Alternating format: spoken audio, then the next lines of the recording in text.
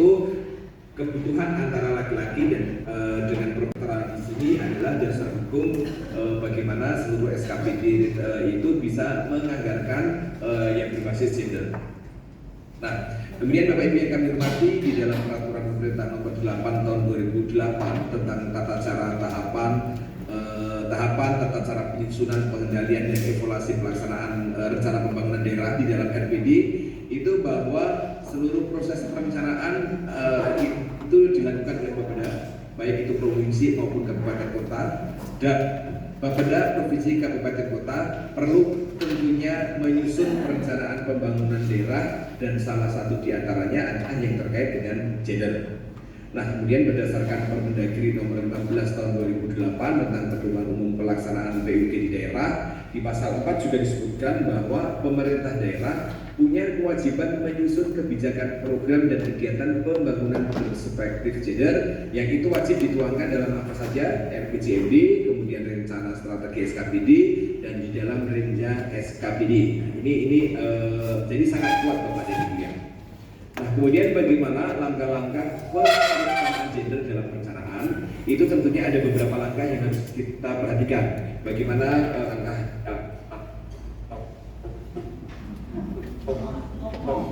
mengidentifikasi suatu gender sama. Setelah tahu faktor penyebab masalahnya, maka kita perlu menyusun rencana aksinya, yaitu yang tentunya nanti akan menghasilkan impact, outcome, output, aktivitas dan input ya, yang tentunya nanti di langkah terakhir kita berharap apa yang kita laksanakan itu Bapak dan Ibu relatif relevan dengan apa? Relatif dengan kebijakan-kebijakan yang ada di kementerian. Jadi antara satu dengan yang lain Bapak dan Ibu harus saling berkesinambungan. Nah, Bapak Ibu yang kami hormati, bagaimana sih kerangka logis strategi pengaruh utamaan gender yang ada pada RPJMN? Jadi RPJMN tahun 2020-2024 Bapak Ibu yang kami hormati, itu salah satunya bahwa kita wajib menaikkan indeks pembangunan gender. Jadi IPG ya, indeks pembangunan gender itu wajib naik setiap tahunnya. Dengan harapan semakin angkanya 100, ketika angkanya sudah di angka 100 berarti di situ bahwa pembangunan antara laki-laki dan perempuan itu sama, tidak ada perbedaan. Pak, kalau di bawah 100 bagaimana? Kalau masih di angka bawah 100 itu artinya ada pembangunan gender itu yang belum optimal. Kemudian kita juga wajib menaikkan indeks pemberdayaan gender ya, sering disingkat IDG, bagaimana perempuan-perempuan yang ada di Provinsi Kalimantan Timur itu bisa berdaya ya, bisa mendapatkan pekerjaan, bisa mendapatkan penghasilan yang tentunya itu adalah untuk perempuan dan tidak ada pembeda laki-laki dan perempuan. Dan ternyata untuk indeks pembangunan gender di Kaltim di angka 91,39, akan tetapi IDG-nya masih di angka 74. Jadi indeks pemberdayaan gendernya itu masih relatif belum optimal. Nah, Bapak Ibu yang kami hormati, untuk memperoleh angka-angka di atas tentunya kita perlu memperhatikan apa outcome-nya, hasilnya itu kita memang perlu menaikkan persentase rata-rata lama sekolah siswa. Jadi rata-rata lama sekolah ini ada kaitannya dengan pendidikan, antara perempuan laki-laki harus sama. Jangan sampai nih data terpilah ternyata rata-rata lama sekolah laki-laki lebih tinggi daripada perempuan. Nah, kalau bisa ya sama gitu ya, sehingga tidak ada perbedaan. Kemudian bagaimana penurunan angka kekerasan terhadap perempuan, ini juga menjadi faktor yang utama, sehingga kita berharap Bapak Ibu selaku ada di SKPD, bagaimana angka kekerasan terhadap perempuan baik itu di sekolahan, baik itu di kantor maupun di masyarakat bisa menurun. Kemudian bagaimana nanti kita kenaikan TPAK perempuan, bagaimana kenaikan angka harapan hidup ya, angka harapan hidup itu perempuan juga harus bisa naik. Jangan sampai banyak anak, jangan sampai banyak ibu yang melahirkan meninggal. Sehingga bagaimana teman-teman yang ada di dinas kesehatan mengupayakan angka harapan hidup ya itu bisa lebih panjang. Nah, tentunya Bapak dan Ibu, kita untuk mencapai hal tersebut di atas, indikator di atas, perlu adanya program, kegiatan, kemudian sub-kegiatan yang itu harus kita susun, kemudian kita anggarkan, kita laksanakan, dan tentunya harus dievaluasi dan diawasi. sehingga nantinya Bapak dan Ibu itu memperlukan bagi SDM-nya sudah atau belum untuk yang yang ahli dalam pengarustamaan gender. Nah, itu perlu difikirkan. Anggarannya ada enggak? Sarana prasarananya ada enggak? Sehingga terima kasih kepada BPSDM Provinsi Kalimantan Timur yang sampai saat ini selalu memfasilitasi bagaimana peningkatan SDM yang tahu mengenai pengarustamaan gender selalu adakan iklan. Terima kasih, kita beri apresiasi untuk teman-teman yang ada di BPSDM. Anggaran dan sarana prasarana. Jadi gitu Bapak dan Ibu. Nah, tentunya Bapak dan Ibu wajib hukumnya kita mensinkronkan antara perencanaan pembangunan baik itu di tingkat pusat maupun di tingkat daerah. Jadi bagaimana sinkronisasi perencanaan dan penganggaran pusat daerah itu yang tentunya Bapak dan Ibu di dalam proses perencanaan ada namanya RPJP nasional yang itu nanti akan diturunkan menjadi rencana pembangunan jangka panjang daerah. Kemudian ada RPJM nasional yang tentunya nanti akan ada RPJP daerah. Kemudian kalau di tingkat SKPD nanti ada Renstra SKPD. Nah, kemudian dari rencana pembangunan jangka menengah nanti ada rencana kegiatan pembangunan daerah di tahun itu juga di RKPD-nya, dan biasanya di SKPD ada namanya Renja SKPD. Sehingga Bapak Ibu yang kami hormati, dengan adanya Renja SKPD ini nanti tentunya akan ada rencananya RKA-nya dan dijabarkan ke dalam APBD sehingga muncullah DBA SKPD. Nah, ini adalah bagaimana sinkronisasi antara perencanaan dan penganggaran antara pusat dan daerah harus sinkron. Nah, bagaimana Bapak Ibu yang kami hormati posisi GAP dan DBS dalam penyusunan dokumen perencanaan dan penganggaran yang responsif gender ini? Tentunya kita sebagai teman-teman yang ada di perencanaan itu untuk menyusun Renstra SKPD harus berpedoman kepada RPJMD. Demikian juga ya, ketika Renstra sudah ditetapkan, kemudian ada ketika kita menyusun Renja, itu Renja tersebut tentunya juga harus berpedoman kepada RKPD-nya. Nah, sehingga Bapak dan Ibu RKPD setelah ada penentuan ketua PPAS, kita nanti berharap muncullah RKA, muncullah DPA, dokumen perencanaan dan penganggaran yang ada di tingkat SKPD. Nah, kemudian Bapak Ibu yang kami hormati, bagaimana sih indeks pembangunan gender di Provinsi Kalimantan Timur? Bahwa indeks pembangunan gender di Provinsi Kalimantan Timur tahun 2021-2023 sebagai informasi bahwa IPG Kaltim tahun 2023 itu di angka 87,13. Nah, ini artinya apa? Dari tahun ke tahun cenderung naik, tetapi kadang ada juga yang turun gitu Bapak dan Ibu ya. Kalau dibandingkan di tahun 2022 dan 2021 kita cenderung naik ya, dari angka 85 kemudian naik menjadi 86 menjadi angka selanjutnya saat ini adalah angka 87. Ada kecenderungan kenaikan setiap tahun untuk indeks pembangunan gender ini. Nah, mungkin Bapak Ibu yang kami hormati, IPG ya itu diformulasikan sebagai rasio antara IPM perempuan dan IPM laki-laki, yang tentunya indeks pembangunan manusia Bapak dan Ibu diukur dari bagaimana kesehatan dengan angka harapan hidupnya, bagaimana pendidikan dengan harapan lama sekolah dan rata-rata lama sekolah, dan kalau yang berkaitan dengan ekonomi bagaimana pengeluaran per kapita untuk perempuan ini ya semakin dekat dengan IPG ke angka 100. Ini kita berharap tentunya semakin ini ya, kalau semakin besar semakin bagus, tetapi ketika IPG-nya semakin kecil berarti ada kesenjangan pembangunan antara perempuan dan laki-laki. Nah, kemudian indeks pembangunan gender ya Bapak dan Ibu di Kaltim tahun 2023 sebesar 87,13. Ini artinya kita akan terus mengupayakan bagaimana nanti IPG Kaltim itu bisa di angka mendekati 100 ya, biar kesenjangan antara laki-laki dan perempuan itu tidak terlalu jauh. Nah, kemudian bagaimana indeks pemberdayaan gender ya Bapak Ibu yang kami hormati, itu di tahun 2023 nilai Kalimantan Timur IPG-nya di angka 68,96. Dan untuk indeks pemberdayaan gender ini kalau Bapak Ibu perhatikan dari grafik ya, Mahakam Ulu tinggi gitu ya. Ternyata pembangunan indeks pemberdayaan di Mahulu makin tinggi. Nah ini mungkin bisa ditandai karena kalau di Mahakam Ulu sebagian pekerjaan ya rata-rata bertani, nelayan, dan itu dilakukan oleh laki-laki dan perempuan sama gitu ya. Sehingga tidak terjadi perbedaan mereka dalam bekerja, sehingga teman-teman perempuan yang ada di Mahakam Ulu ternyata indeks pembangunan gendernya paling tinggi di antara kabupaten kota yang lain. Artinya ini salut untuk teman-teman yang ada di Mahakam Ulu. Kemudian kalau yang ada di Kutai Barat, Bapak dan Ibu, itu ternyata masih di angka 66,9 ya. 66,9 artinya memang perlu perbaikan seluruh SKPD bagaimana teman-teman yang ada di di Kutai Barat dan kabupaten kota lainnya untuk menaikkan indeks pemberdayaan gender ini.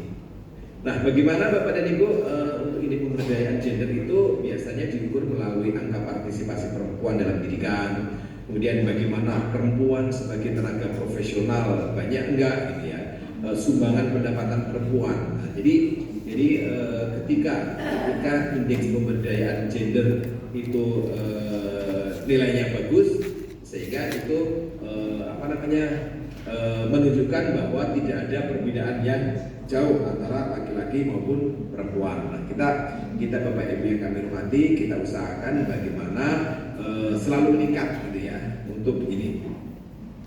Pak, kenapa sih IDG-nya relatif enggak terlalu banyak ya? Karena itu tadi bagaimana teman-teman kita perempuan yang ada di parlemen itu juga belum terlalu banyak ya. Angka saat ini masih di angka 20-an, sehingga menyebabkan kemudian bagaimana perempuan sebagai tenaga profesional itu juga belum banyak ya, masih lebih banyak laki-laki.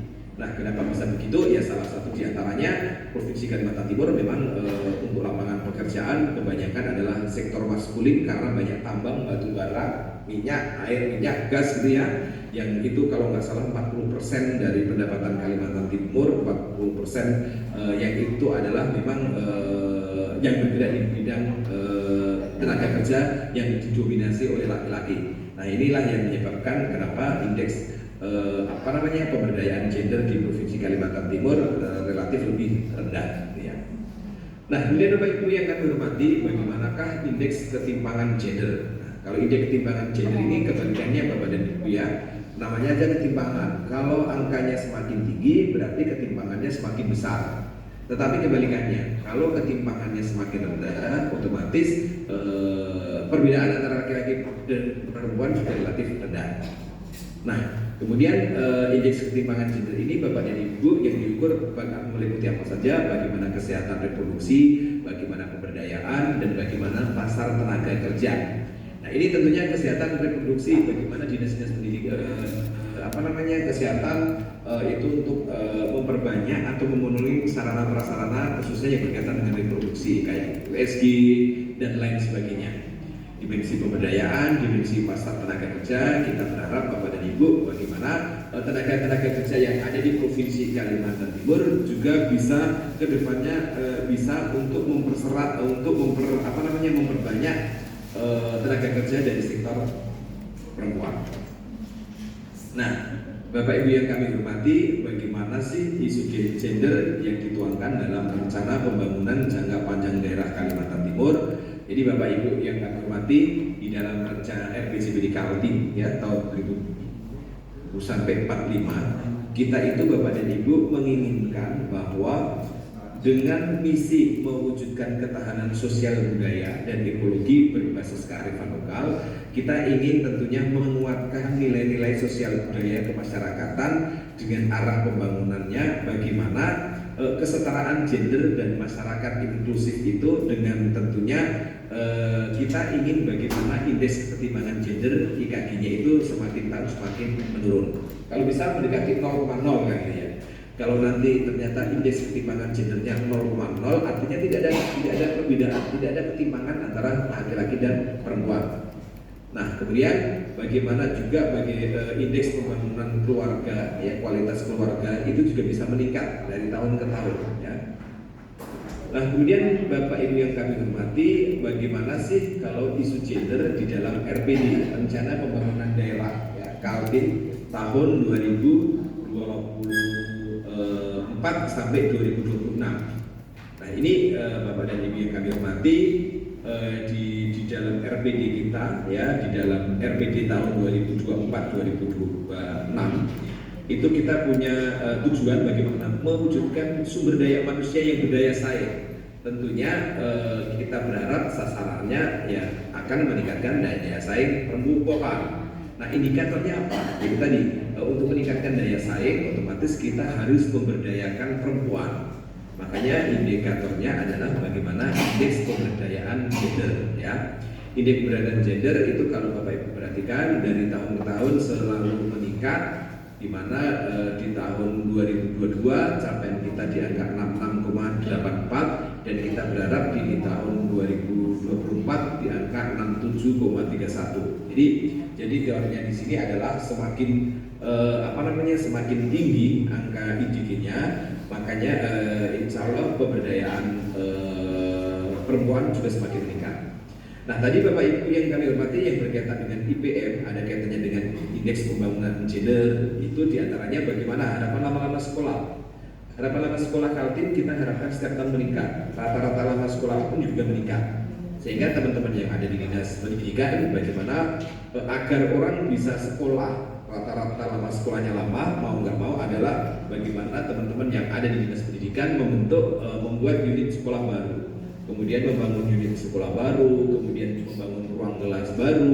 Tujuannya apa? Ya agar mereka bisa tertampung di sekolah, apalagi di sekolah negeri ya, sehingga tidak ada anak putus sekolah. Kemudian bagaimana usia harapan hidup Kaltim ya, bagaimana prevalensi usia harapan hidup kita berharap semakin tinggi. Teman-teman di dinas kesehatan bagaimana nanti mengupayakan ya ibu melahirkan itu hidup selamat ya. Kemudian bagaimana juga prevalensi stunting Bapak dan Ibu, ini kenapa sih prevalensi stunting ini sangat penting ya, bahwa karena ketika sudah ada anak stunting nanti di kedepannya pertumbuhan otaknya yang akan normal, sehingga mereka akan menjadi generasi yang tidak produktif, generasi yang tidak siap secara mental, sehingga kita Bapak dan Ibu perlu untuk ikut menurunkan angka prevalensi stunting. Dan ini tentunya juga ada kaitannya dengan perempuan karena ada kaitannya dengan ibu hamil. Jangan sampai ibu hamil ya Bapak dan Ibu harus kita perhatikan, jangan sampai di dalam perkembangannya kekurangan gizi sehingga menyebabkan nanti anaknya dalam kandungan tidak tumbuh dengan sehat, dan itu nanti bisa menyebabkan stunting. Sehingga teman-teman yang dari dinas kesehatan dan instansi terkait lainnya ya, ada pemberdayaan perempuan, ada yang berkaitan dengan posyandu itu di BNPB, itu juga harus ikut mensukseskan bagaimana prevalensi stunting di Kalimantan Timur itu bisa menurun. Nah, Bapak Ibu yang kami hormati, tadi sudah saya sebutkan bahwa indeks pemberdayaan gender itu di tahun 2023 itu di angka 66,97 ya. Itu sudah terlampaui sebenarnya, sehingga di target tahun 2025 kemarin kita di angka 67 ya.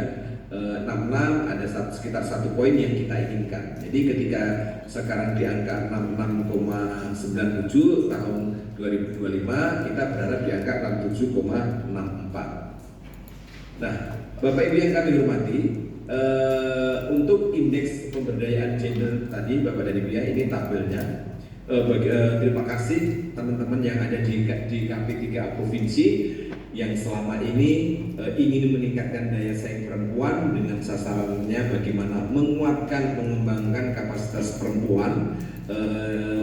Usaha-usaha yang dilakukan dengan bagaimana indeks pembangunan gendernya meningkat, bagaimana standarisasi terhadap lembaga penyedia layanan pembangunan pemberdayaan gender juga ada, bagaimana meningkatkan kapasitas dan pemberdayaan perempuan itu juga terus dilakukan oleh teman-teman yang ada dari di KP3 Provinsi Kaltim. Jadi saya ucapkan terima kasih banyak, dan kita tentunya Bapak Ibu yang kami hormati, kita berharap nih semuanya di dalam SKPD masing-masing bagaimana nanti mengutamakan atau gender ini diurusin ya.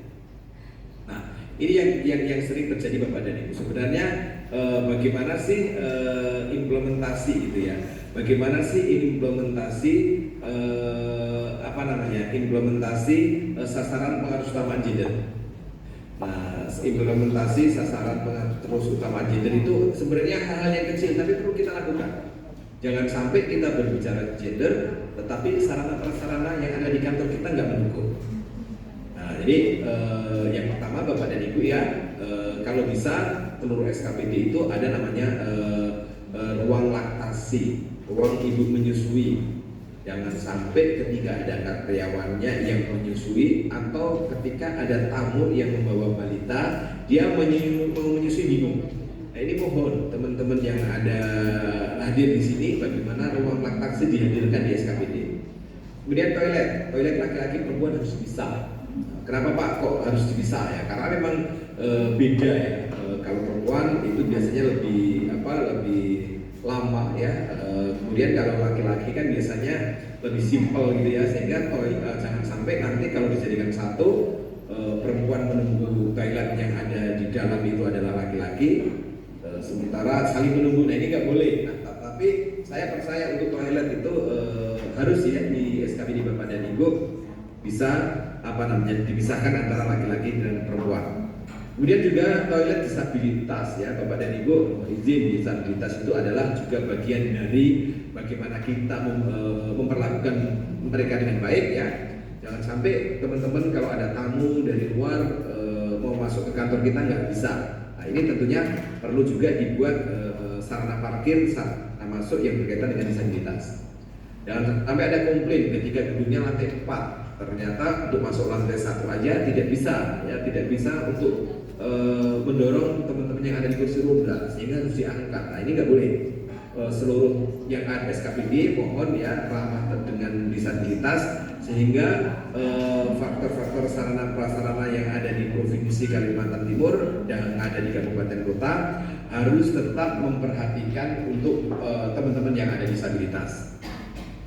Ruang laktasi harus ada Bapak dan Ibu, ruang bermain. Nah, ruang bermain anak, ruang bermain edukasi itu juga harus kita siapkan ya.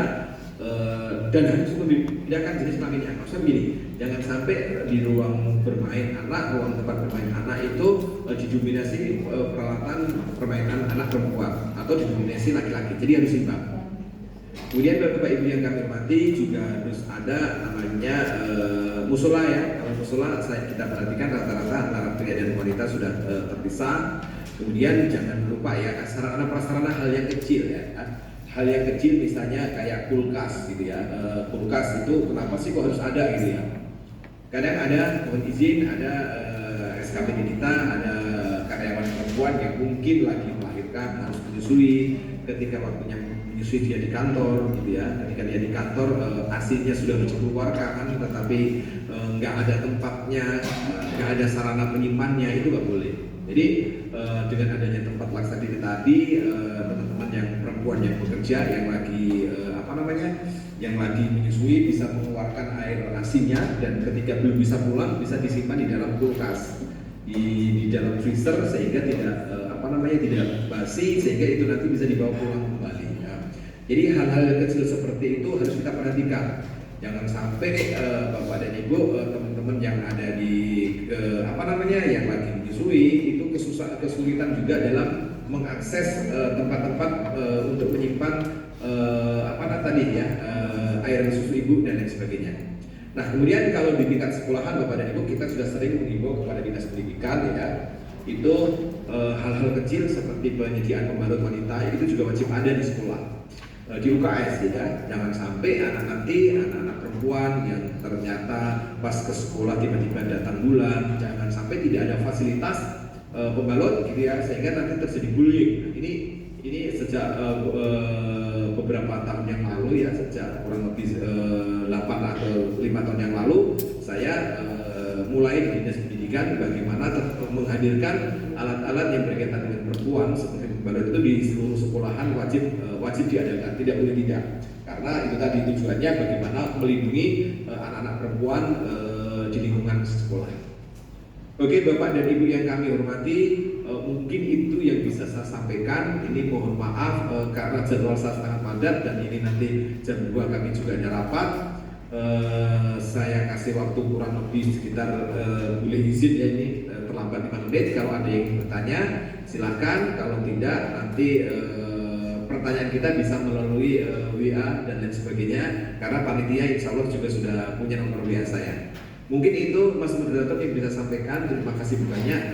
Salam sehat Bapak dan Ibu. Sekali lagi izin mohon maaf karena memang jadwal yang padat untuk penentuan APBD tahun 2024 ya di perubahan ini kita akan saya dipanggil untuk melanjutkan rapat dengan tim TAPD. Terima kasih. Assalamualaikum warahmatullahi wabarakatuh.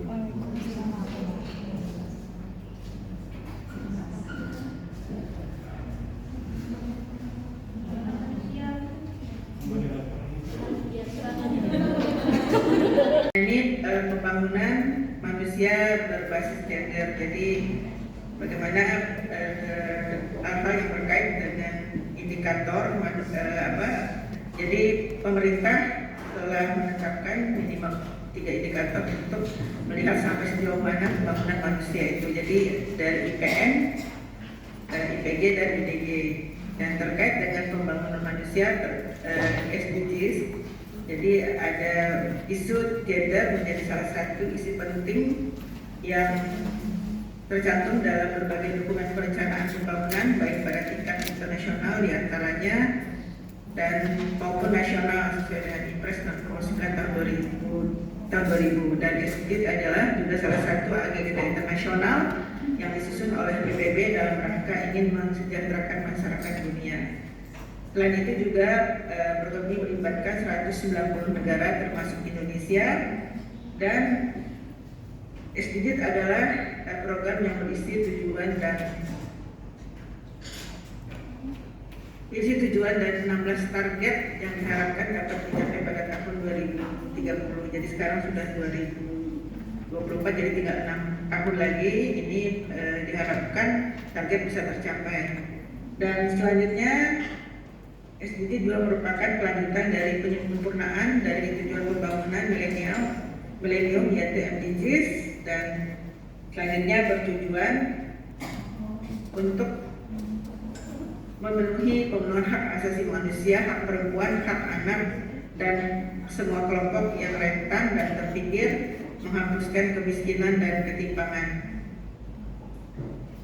Dan yang tidak kalah pentingnya adalah salah satu tujuan di SDGs tersebut adalah pada tujuan kelima, yaitu terkait dengan kesetaraan gender.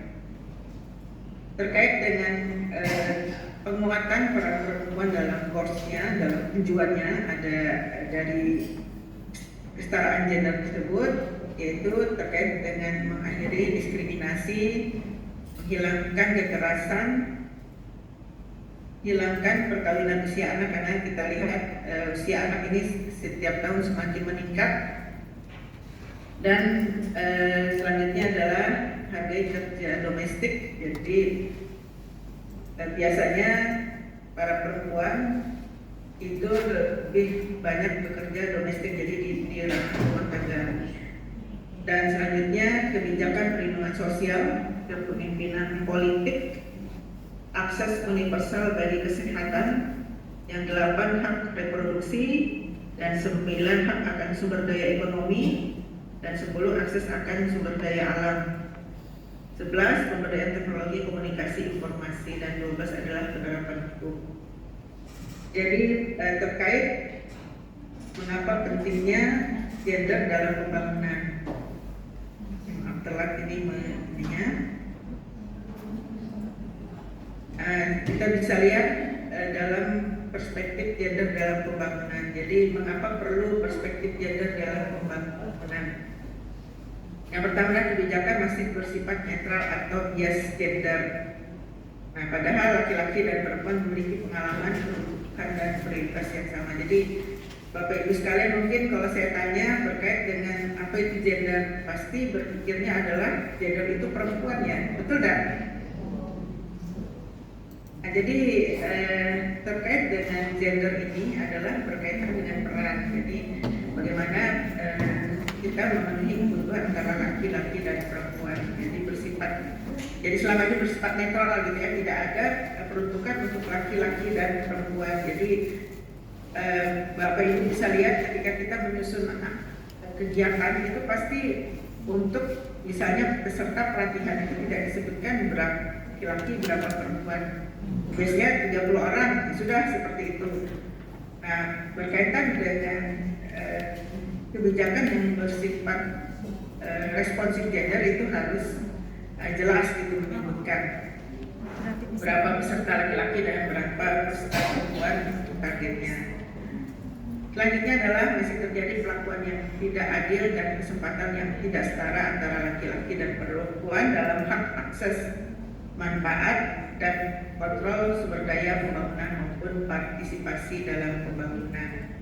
Jadi dalam hal ini masih adanya perlakuan yang tidak adil berkaitan dengan kesempatan. Jadi ada beberapa misalnya satu pekerjaan yang memang seolah-olah itu hanya didominasi oleh laki-laki, padahal perempuan juga mungkin bisa melakukan hal yang bisa dilakukan oleh laki-laki, walaupun melihat daripada kemampuan dan terkait dengan kapasitas dari perempuan itu sendiri. Selanjutnya adalah mendorong pembangunan yang adil dan setara serta pemanfaatan sumber daya yang efektif dan efisien. Jadi dalam hal ini bagaimana mendorong pembangunan yang adil tersebut antara laki-laki dan perempuan sehingga pemanfaatan sumber daya yang efektif dan itu bisa terwujud. Selanjutnya terkait dengan pengausahaan gender sebagai strategi. Nah, yang pertama adalah pengutamaan gender adalah strategi di mana untuk mencapai kesetaraan dan melalui integrasi perspektif gender dalam proses pembangunan. Jadi bagaimana setiap perencanaan itu harus ada perspektif gender laki-laki dan perempuan. Selanjutnya integrasi gender dalam proses pembangunan. Jadi dalam hal ini mulai dari perencanaan, penganggaran, pelaksanaan, pemantauan, evaluasi, pelaporan, pemeriksaan dan pengawasan pada seluruh kebijakan, program dan kegiatan pembangunan. Selanjutnya PUG juga untuk mencapai kesetaraan gender mengacu pada kesetaraan hak, tanggung jawab, kesempatan pada perempuan dan laki-laki. Jadi dalam hal ini tidak hanya satu jenis kelamin yang menjadi dominan untuk satu kesempatan, tapi berkaitan juga tanggung jawab, tapi berkaitan kesetaraan hak itulah yang kita utamakan. Selanjutnya kesetaraan gender dalam akses, partisipasi, kontrol dan manfaat. Jadi dalam hal ini dalam akses dan kontrol sumber daya, partisipasi dalam pengambilan keputusan dan proses pembangunan, tak mendapatkan manfaat dari kebijakan dan program pembangunan. Perencanaan menjadi entry point dalam memastikan dan integrasi gender dalam perencanaan memastikan perencanaan responsif gender. Jadi dalam PHSP perencanaan dan penganggaran responsif gender.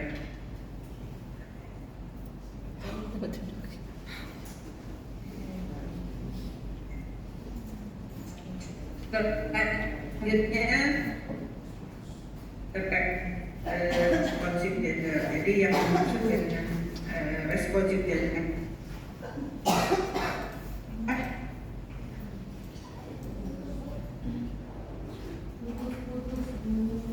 pengakuan akan adanya perbedaan antara perempuan aktif dan peluang ada hambatan, pasti ada, kapasitas juga berbeda. Oleh sebab itu tidak mesti dipaksakan perempuan menyamai laki-laki, tapi setara dalam arti perlu diberi kesempatan untuk bersama-sama laki-laki.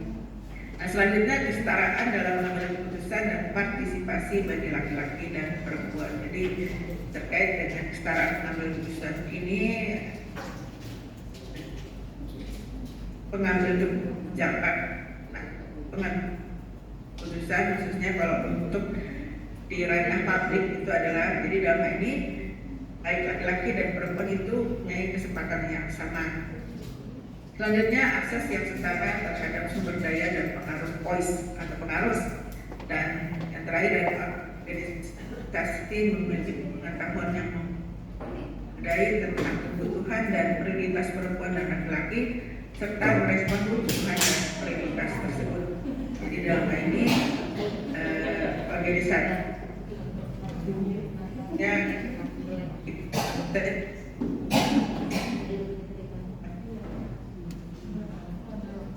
harus terkait dengan tingginya perspektif laku, yaitu artinya sifat antisme perikan dan kesehatan. Selanjutnya kesetaraan gender terkait dengan meningkatkan produktivitas dan pertumbuhan ekonomi. Kesetaraan gender dapat mendorong si penuh meningkatkan skill dan kapasitas serta mendapat manfaat secara ekonomi. Jadi dalam hal ini dengan adanya kesetaraan gender tersebut, maka perempuan juga diberi kesempatan untuk meningkatkan dalam rangka produktivitas bekerja dan karirnya, karena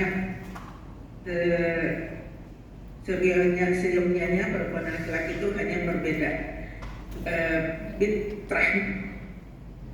Selanjutnya menghapus kekerasan, jadi adanya pembagian peran dan relasi yang setara dalam rumah tangga dan masyarakat akan menurunkan tingkat kekerasan dan praktik berbahaya pada perempuan dan anak. Jadi dalam ini bagaimana kepedulian antara anggota keluarga dalam urusan rumah tangga. Jadi bukan hanya urusan perempuan hanya dapur, kasur dan sumur, tapi bagaimana juga laki-laki berperan terhadap pekerjaan domestik. Jadi artinya harus ada care antara laki-laki dan perempuan, sehingga dengan memahami masing-masing itu menurunkan tingkat kekerasan.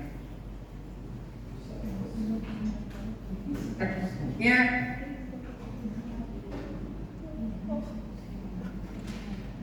dalam pengambilan keputusan akan menambah aspirasi dan keberagaman pilihan dalam proses pengambilan keputusan di berbagai bidang baik publik maupun swasta, sehingga dapat menguntungkan bagi segi ekonomi.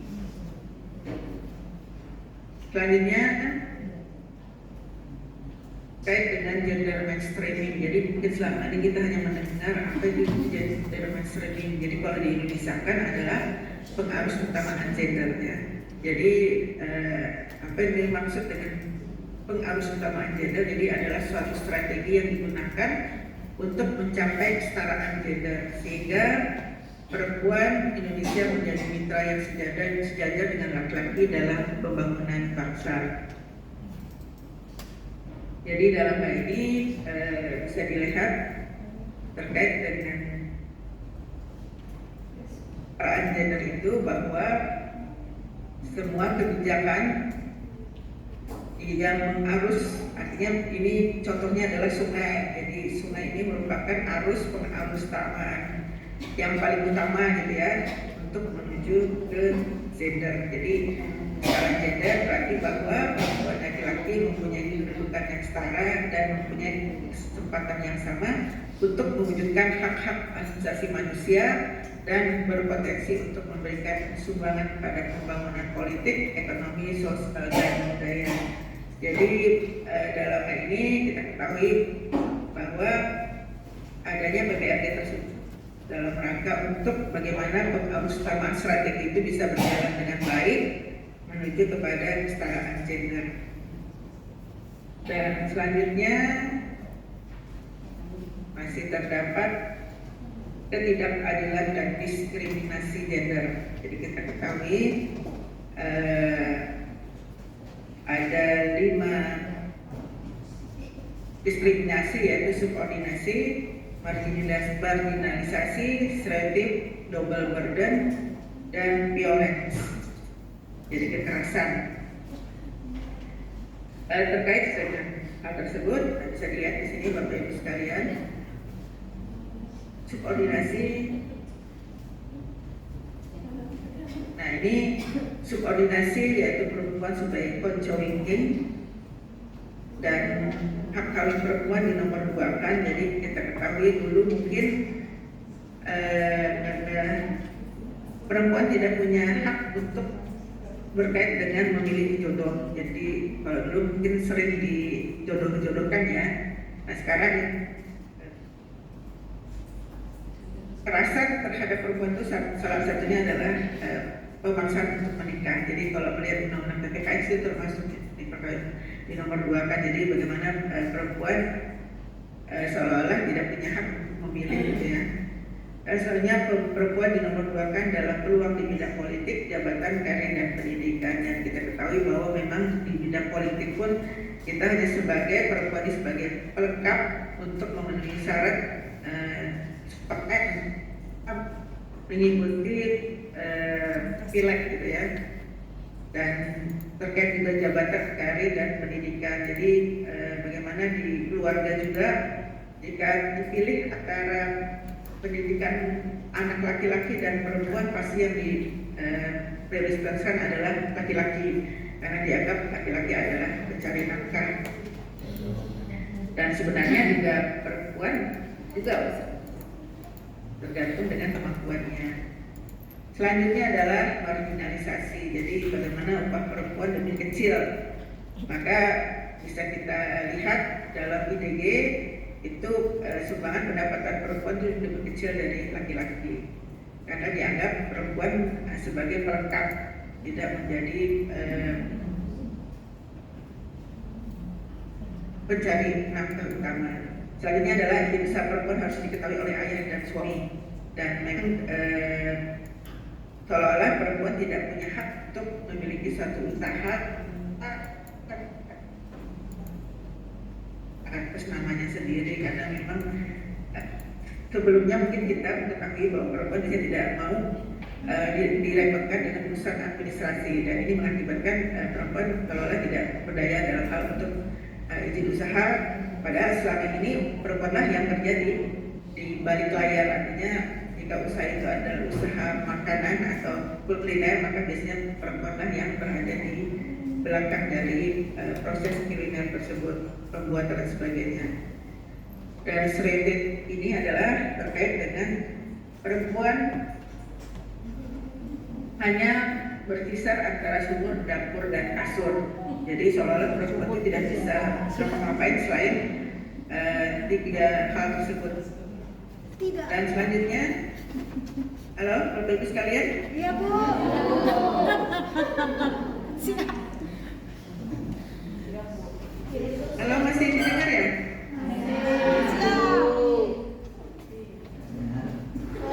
Izin Bu, masih Bu. Oh ya, siap. Ini keluar ya Mbak Indri ya? Ya keluar Bu, kedengaran. Oh ya, adanya pas Dan screennya ada. ada. Oh ya. Jadi dalam hal ini terkait dengan, tapi kok tidak bisa besarkan ya? Saya dan Mbak. Bentar, Mbak. Mana besarkannya?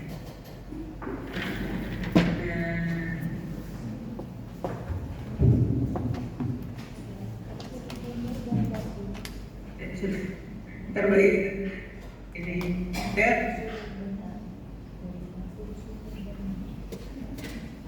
nah, terkait dengan stereotip ini tadi perempuan berkisar antara sumur, dapur, dan kasur. Ini anggapan orang selama ini. Dan terusnya Sumur, saya akan dulu dan kasur, dapur. ya,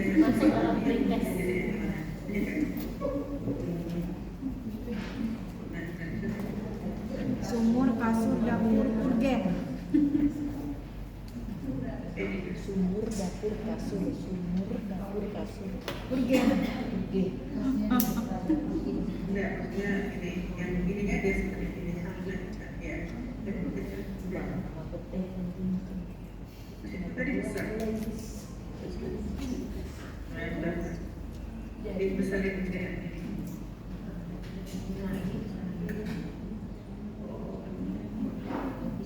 Oh iya, baik. Kita lanjutkan ini. Jadi untuk sedikit tadi bahwa perempuan hanya bisa masak, manak, dan maca. Jadi intinya tidak berkait dengan, jadi hanya mengurusi masakan, anak, dan sebagainya. Nah, jadi pria dianggap sebagai tulang punggung keluarga. Padahal selama ini banyak perempuan juga sebagai tulang punggung keluarga dan tidak kalah karirnya dengan laki-laki.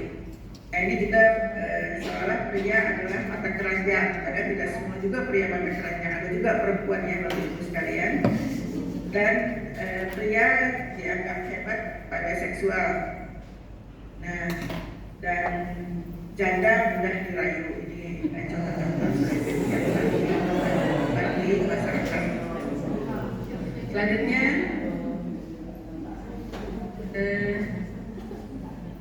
next ini mana dia?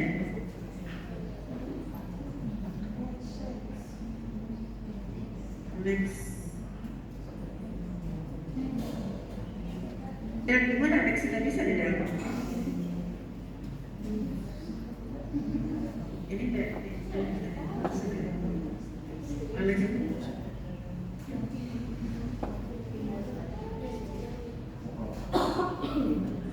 Kasur dan sumur.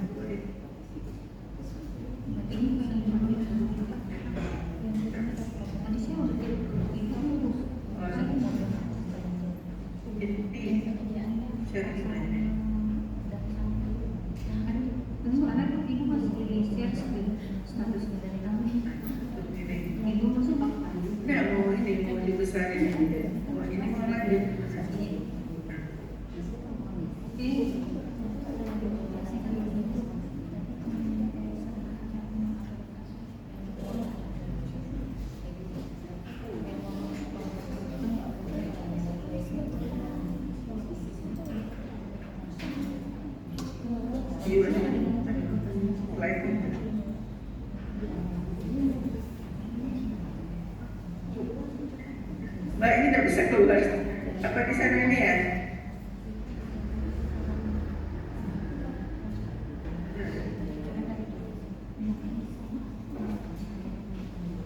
Mohon izin Ibu. Ya, ini tidak bisa keluar Mas, bentar.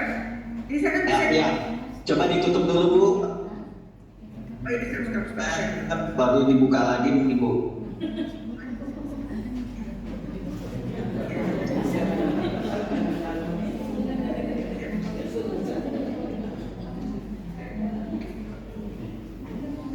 Nah ya siap.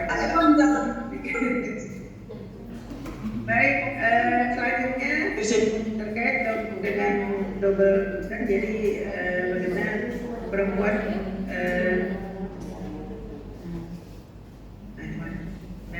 perempuan dengan beban ganda jadi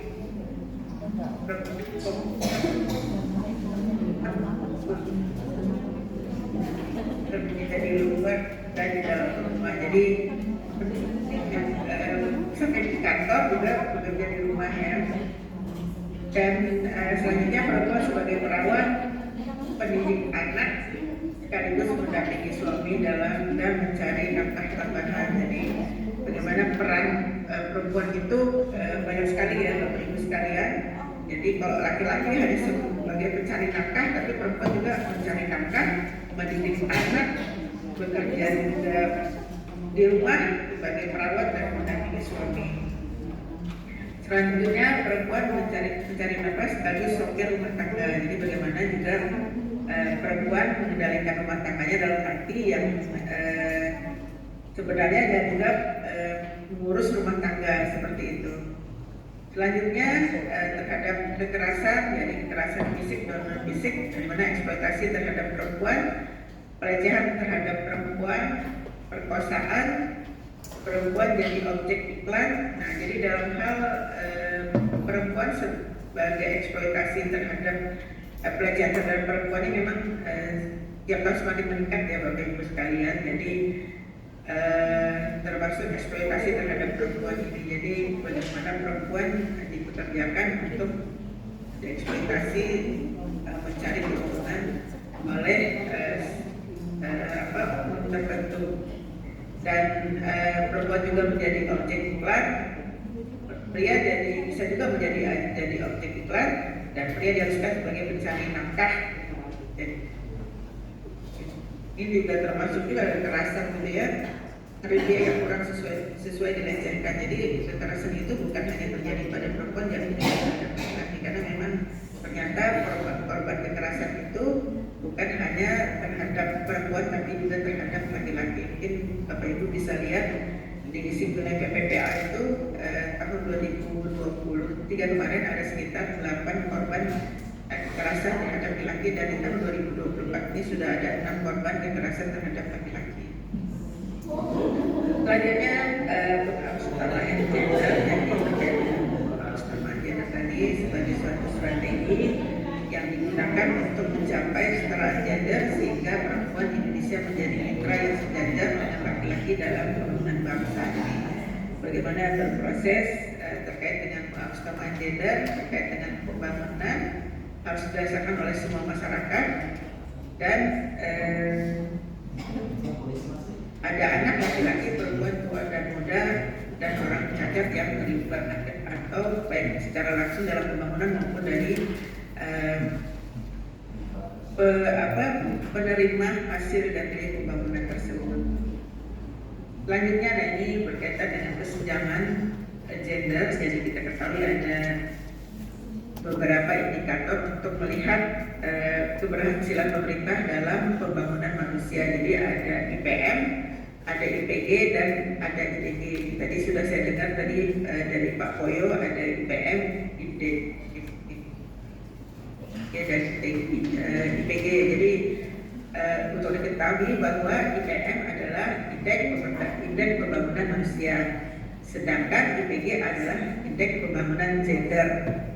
Nah, indeks pembangunan gender itu indikatornya, indeks pembangunan gender itu adalah perbandingan antara IPM laki-laki dan IPM perempuan. IPM sendiri itu indikatornya adalah dari kesehatan, dari pendidikan, rata-rata lama sekolah, dan harapan sekolah. Jadi untuk laki-laki dan perempuan, dan untuk di Kaltim sendiri rata-rata harapan sekolah itu masih tinggi perempuan, sedangkan rata-rata lama sekolah itu lebih tinggi laki-laki. Nah, selanjutnya di bidang kesehatan adalah angka harapan hidup laki-laki dan perempuan, dan alhamdulillah di Kaltim ini angka harapan hidup perempuan itu lebih tinggi dari laki-laki. Nah, tadi yang menjadi pertanyaan juga terkait pengeluaran per kapita antara laki-laki dan berpikiran gitu ya, pengeluaran laki-laki otomatis menjadi pengeluaran perempuan atau sebaliknya gitu ya. Karena kita melihat bahwa pengeluaran dari perempuan itu adalah dari laki-laki juga seperti itu ya. Jadi kali ini memang yang melakukan surveinya adalah BPS, dan kita juga tidak tahu yang disurvei itu yang mana gitu ya. Sehingga memang di Kaltim ini kalau dilihat setiap tahun itu IPM kita bagus, 3 tertinggi di Indonesia.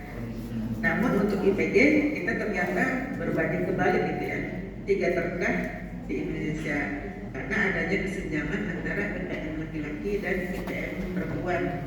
Jadi dalam hal ini untuk IPM laki-laki itu berada di urutan ketiga, sedangkan IPM perempuan itu berada di urutan ke-7. Jadi ada kesenjangan sekitar 4 tingkat ya antara laki-laki dan perempuan. Oleh sebab itu menempatkan Kaltim ini di urutan ke-32 dari 34 atau sekarang 38 provinsi.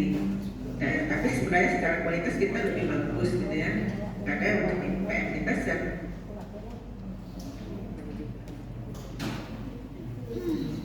jadi indeks pemberdayaan gender ini ada 3 indikator. Yang pertama keterwakilan perempuan di parlemen.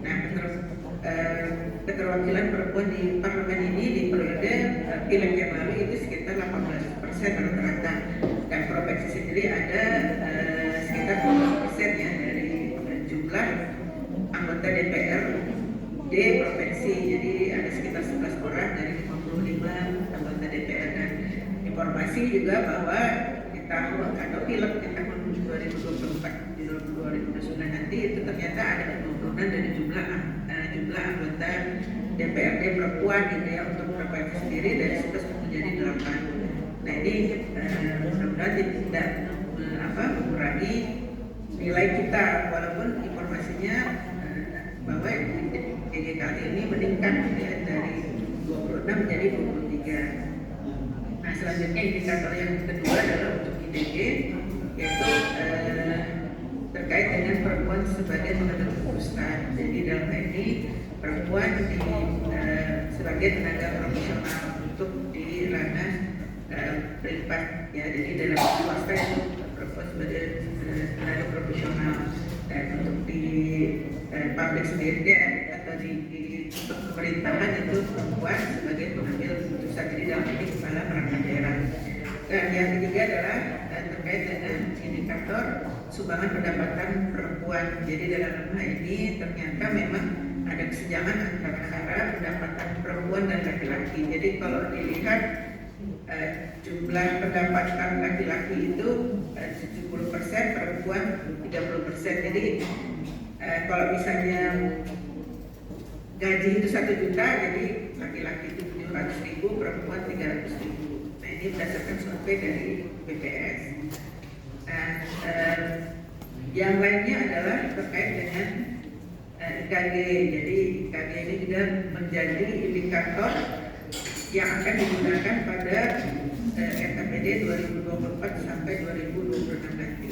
Dan informasi dari Kementerian PPPA bahwa indikator ketimpangan gender ini menjadikan bukan pengganti tapi melengkapi, karena memang di luar itu ya, di negara lain selain Indonesia itu bukan menggunakan IPG atau IPG tapi menggunakan IKG. Dan IKG di Indonesia ini ranking 110 dan ada beberapa komponen memang yang bisa dilihat di sini terkait dengan IDG tersebut. Jadi dalam hal ini kalau tim sendiri sebenarnya IDG ini cukup bagus ya.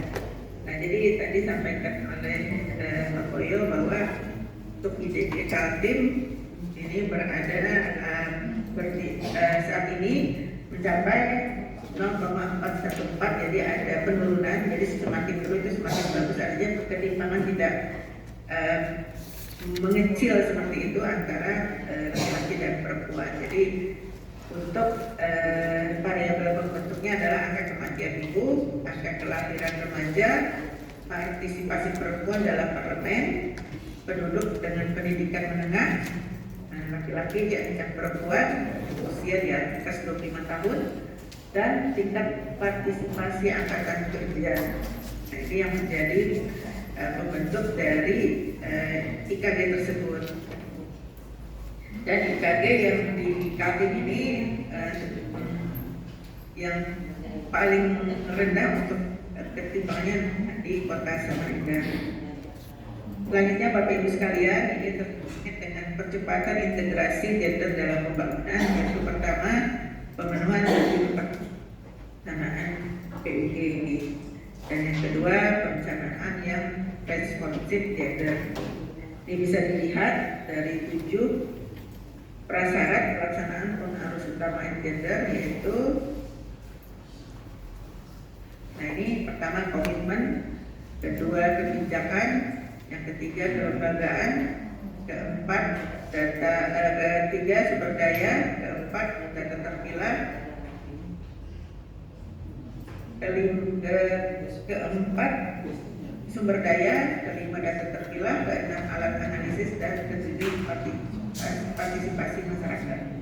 Jadi dalam hal ini 7 prasyarat ini belum ada revitalisasi dari kementerian terkait dengan perubahan dari 7 prasyarat tersebut menjadi 3. Jadi nanti ada kelembagaan, penyelenggaraan PUG, dan inovasi. Nanti diterapkan oleh narasumber dari Kementerian PPPA atau narasumber yang akan memberikan secara teknis terkait dengan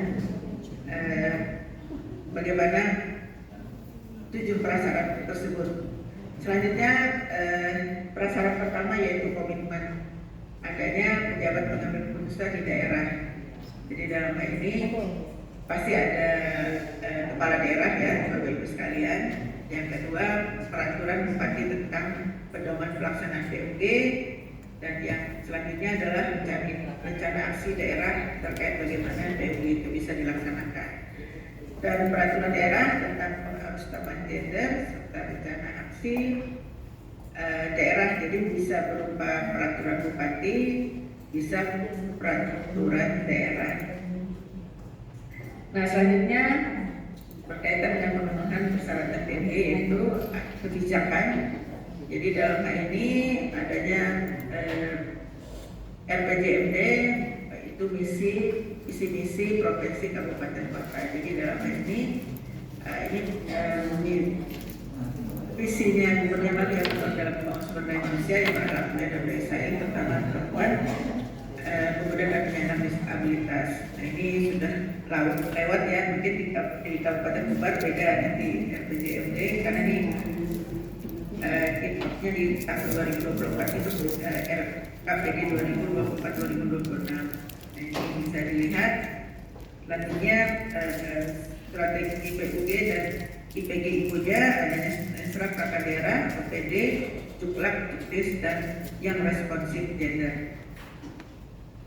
Nah, ini contoh-contoh dari kebijakan penunjang pelaksanaan PUG di Provinsi Kalimantan Timur. Ada Perda nomor 2 tahun 2026 yang sudah direvisi menjadi Perda nomor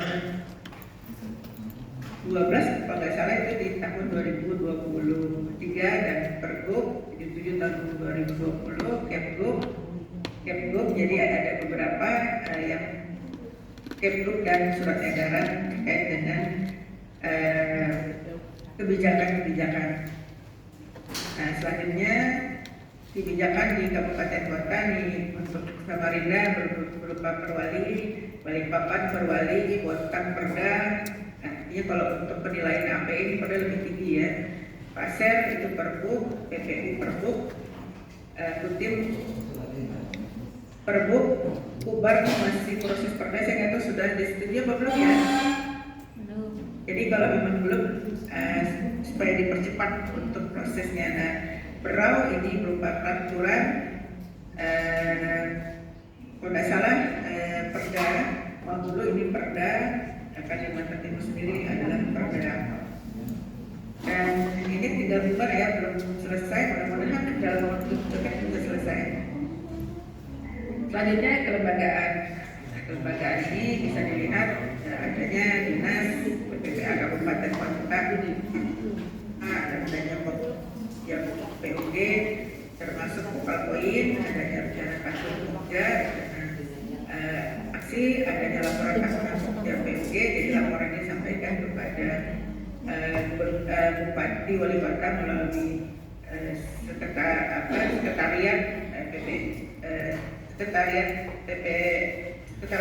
Direktur Administratif Pokja daripada PUG. Nah, selanjutnya ini kelembagaan yang ada di kabupaten kota. Jadi minimal ada 4 kelembagaan yang Pokja PUG, vokal poin, tim driver, tim teknis. Jadi Pokja PUG ini adalah melibatkan seluruh OPD. Nah, vokal poin ini adalah kepala staf bagian perencanaan di OPD, dan tim driver ini ada 4 OPD minimal, dan tim teknis ini adalah tim yang membantu OPD dan proses penyusunan. Kalau dilihat di sini Pokja PUG artinya sudah ada di dalam tim belakang.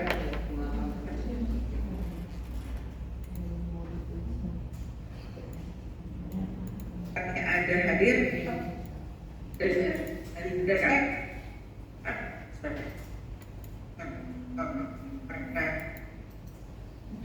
Ini katanya dan mempromosikan KPD akan sosialisasi dan Kasih PUG.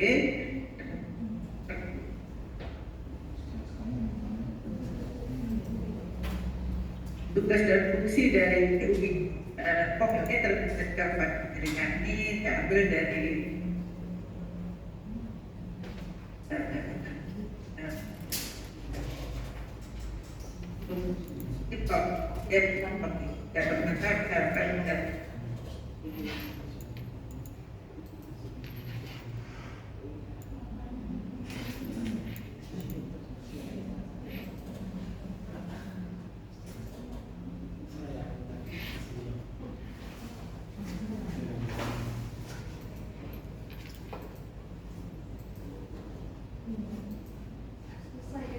belum ya bukan itu jaringan ya sih bagian itu nanti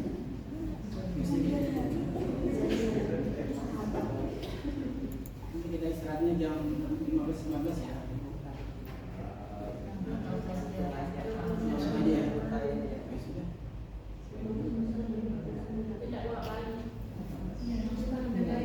Kalau langsung selesai jam 6 ya.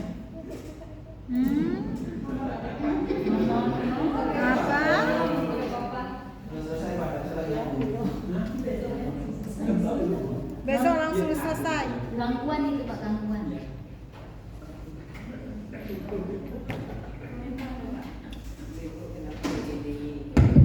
Ya, baik Bu, silakan Bu. Tadi terputus ya Bu. Ya betul. Ya, oke. Jadi terkait dengan yang ini, PUG ini bisa untuk tugasnya bisa mengangkat kebutuhan ini dan memang diperlukan Cewek.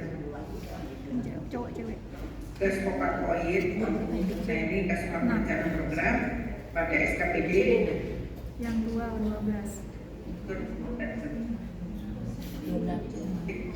kan PUG pada unit kerja masing-masing. Kan kita bareng. Habis dirimu brojol baru SMP.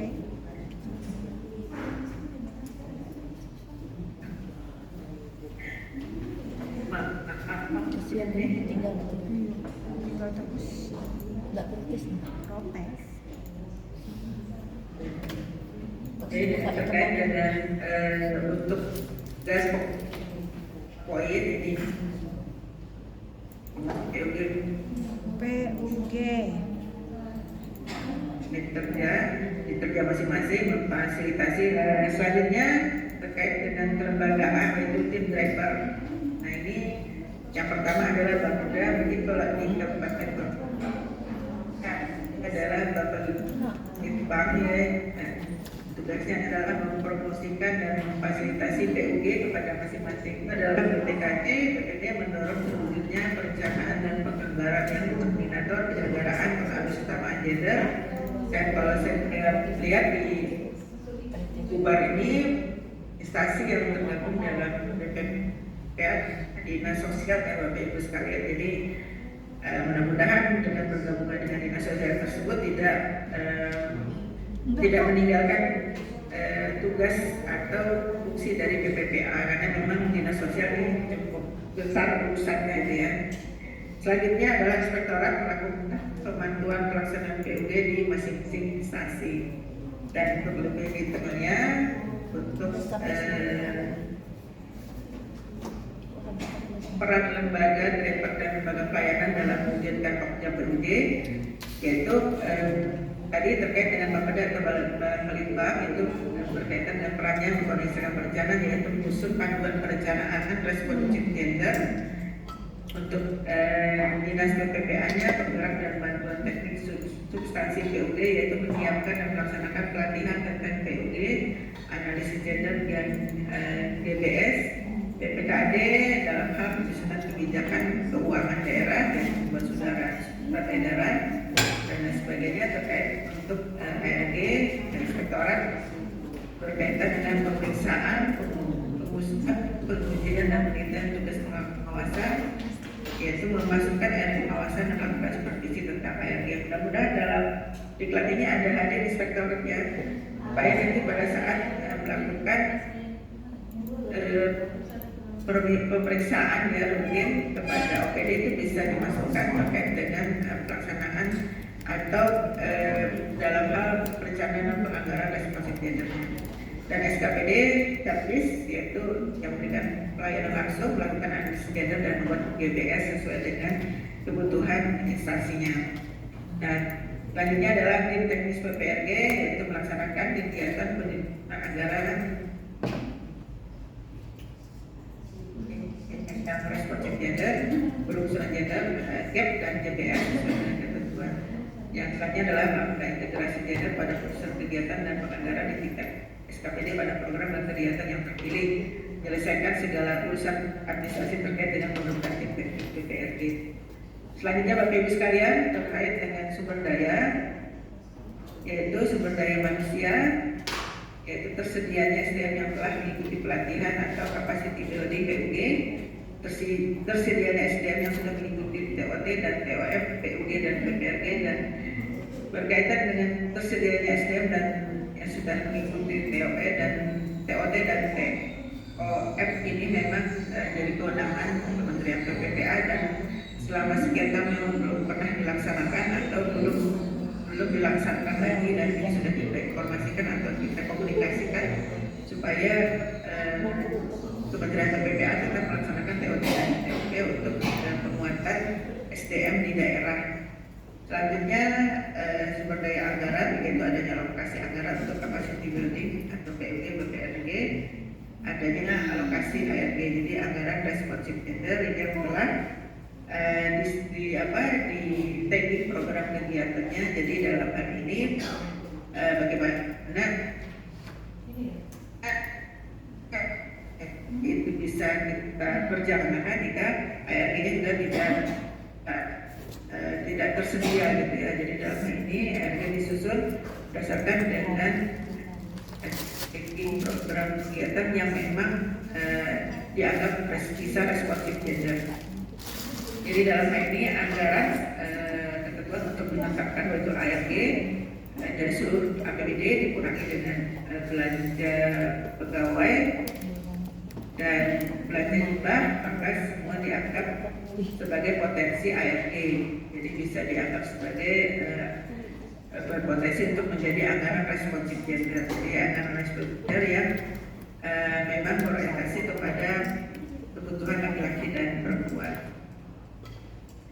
Selanjutnya data terpilah. Nah, data terpilah ini harus tersedia Bapak Ibu sekalian. Bagaimana kita membuat perencanaan jika data terpilah tidak tersedia, karena memang data terpilah ini sangat penting dalam rangka untuk efektivitas dan efisiensi dalam penyusunan perencanaan maupun penganggarannya. Jadi ketika kita memberikan bantuan kepada satu lembaga, tentunya kita harus memiliki data terpilah. Data terpilah bukan hanya terbatas pada manusia, artinya hanya laki-laki dan perempuan, tapi yang mengikutinya. Jadi baik itu usia dan sebagainya, itu juga berpengaruh terhadap bagaimana kita menyusun perencanaan. Selanjutnya statistik gender atau profil gender, dan yang selanjutnya membangun sistem informasi. Jadi dalam hal ini data terpilah, khususnya untuk ketersediaan itu sebaiknya kita buat sistem informasinya sehingga semua stakeholder itu bisa memanfaatkan data yang ada. Jadi dalam hal ini yang biasanya melakukan koordinasi atau pengumpulan data terpilah itu adalah Dinas PPPA. Jadi dalam hal ini bagaimana kita menggali data-data terpilah itu dari OPD-OPD terkait. Jadi khususnya OPD yang saya yakin semua OPD pasti melakukan pelayanan ya. Baik data terpilah di lingkungan OPD-nya maupun data terpilah dalam hal pelayanan maupun mitra-mitra dari OPD yang menjadi mitra kita, yang menjadi sebagai mitra dan kaitannya dengan penyediaan data yang memang diperlukan oleh stakeholder terkait, jadi bukan stakeholder dalam arti internal maupun tapi juga terhadap eksternal. Selanjutnya adalah alat analisis. Jadi kita mengenal beberapa alat analisis yang saat ini dipakai oleh di dalam PPRG adalah GAP, yaitu Gender Analysis Pathway. Dan ini sebenarnya Bapak Ibu sekalian, GAP ini isinya sama dengan KK ya, KK acuan kerja. Begitu Bapak Ibu sekalian mempunyai KK, maka itu bisa menjadi GAP gitu ya. Kecuali nanti JBS yang memang berbeda, artinya itu berkaitan dengan JBS, gender, budget statement itu yang berbeda memang. Nanti dalam hal untuk penganggarannya, ini kalau GAP berkaitan dengan perencanaannya. Selanjutnya partisipasi masyarakat. Jadi dalam hal ini lembaga masyarakat yang didukung PUG ini bisa dilihat bentuk dari partisipasi masyarakat yaitu adanya forum puspa. Nah ini forum puspa sesuai dengan SL Gubernur ya Bapak Ibu sekalian. KPPI, Rumah Bekesa ini contoh di provinsi ya. PKK, nah ini juga ada di kabupaten kota. BKW kalau di kabupaten kota mungkin GW ya. IWAPI, JCI, jadi Junior Chamber Internasional, dan IBI, Ikatan Bidan Indonesia dan lain sebagainya. Jadi banyak, bukan hanya ini Bapak Ibu sekalian. Ini menjadi partisipasi masyarakat ini yang turut mendukung dalam proses pengurusan gender tersebut.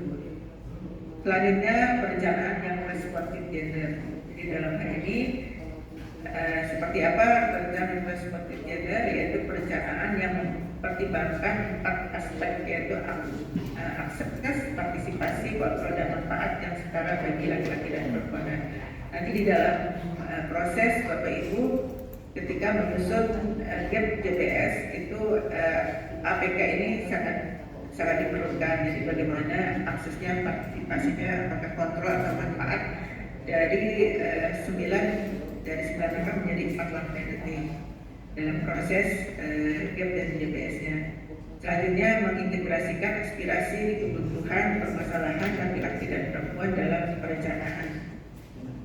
Dan selanjutnya didasarkan pada hasil analisis gender yang menggunakan terpilah atau statistik gender di berupa GAP tadi Bapak Ibu sekalian.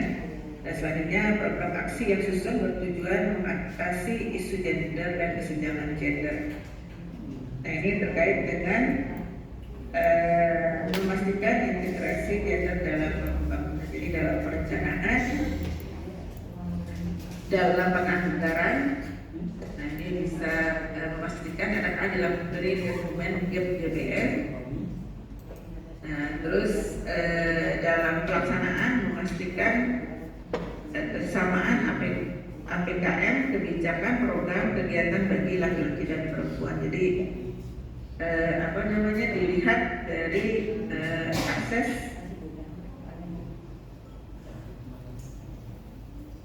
dari APKM tersebut. Jadi selanjutnya ini monitoring. Jadi memastikan adanya instrumen dan pelaksanaan kebijakan, program, kegiatan, evaluasi responsif gender. Jadi setelah pelaksanaan di monitoring, selanjutnya adalah evaluasi. Jadi memastikan adanya instrumen dan pelaksanaan dalam kebijakan, program, kegiatan responsif gender. Jadi Bapak Ibu sekalian, terkait dengan adanya revitalisasi tersebut, dari 5 proses tersebut ada penambahan yaitu pengawasan dan pelaporan. Jadi mungkin nanti disampaikan implementasi dari PPRG tersebut. Nah ini selanjutnya apa hubungan PUG dengan PPRG? Ini bisa dilihat Bapak Ibu sekalian. PUG ditetapkan berdasarkan Impres nomor 9 tahun 2000 tentang PUG dalam pembangunan nasional. PPRG ditetapkan tahun 2012 sebagai strategi nasional percepatan PUG melalui perencanaan, penganggaran dan responsif gender. Jadi stranas PPRG sebagai dasarnya. Selanjutnya adalah surat edaran Menteri PPAN dan Kepala Bappenas, Menteri Keuangan, Menteri Dalam Negeri, dan Menteri Pemberdayaan Perempuan dan Perlindungan Anak. Dan mandat ini diperkuat dengan komitmen pemerintah untuk melaksanakan tujuan pembangunan berkelanjutan, yaitu mencapai kesetaraan gender sesuai dengan tujuan 5 dari SDGs. Selanjutnya, ini PPAD merupakan bentuk implementasi anggaran berbasis kinerja. Jadi mulai dari perencanaan adalah mengintegrasikan perspektif gender, yaitu aspirasi, pengalaman, kebutuhan, dan permasalahan yang berbeda antara perempuan dan laki-laki, termasuk mereka dengan kebutuhan khusus ke dalam proses perencanaan, tidak terkecualian. Selanjutnya penganggaran, yaitu mengalokasikan anggaran bagi perencanaan yang disusun sebagai hasil dari analisis gender. Jadi contoh RKA dan DIPA, Kementerian Lembaga yang responsif gender. Selanjutnya, nah ini konsep BPRD. Bagaimana konsep BPRD ini? Yang pertama adalah integrasi perspektif gender dalam proses perencanaan dan penganggaran. Yang kedua adalah menjamin keadilan dan kesetaraan gender. Dalam hal ini, staging program kegiatan tersebut harus responsif gender. Selanjutnya adalah melengkap dokumen perencanaan strategis dan dokumen RKA, yaitu rencana kerja anggaran. Dan yang keempat adalah mewajibkan penggunaan analisis gender dalam penyusunan kebijakan strategis dan kebijakan operasional. Adapun tujuan penyusunan PPRD yaitu pentingnya integrasi isu gender untuk percepatan kesetaraan dan keadilan gender. Kedua adalah memastikan alokasi anggaran untuk memberi manfaat yang adil. Dan yang selanjutnya adalah meningkatkan efisiensi, efektivitas, transparansi, dan akuntabilitas. Selanjutnya mengurangi kesenjangan dan diskriminasi gender. Dan yang kelima adalah menjamin kebutuhan dan aspirasi laki-laki dan perempuan. Jadi tidak bias gender. Nah ini bisa dilihat terkait dengan peran Bapeda dan Balitbang dalam penyelenggaraan BOG sebagai penggerak dan pelaksana. Ini mungkin saya cepat. Nah, ini kerangka BOG dalam siklus anggaran kinerja. Bisa dilihat di sini terkait dengan penilaian masalah.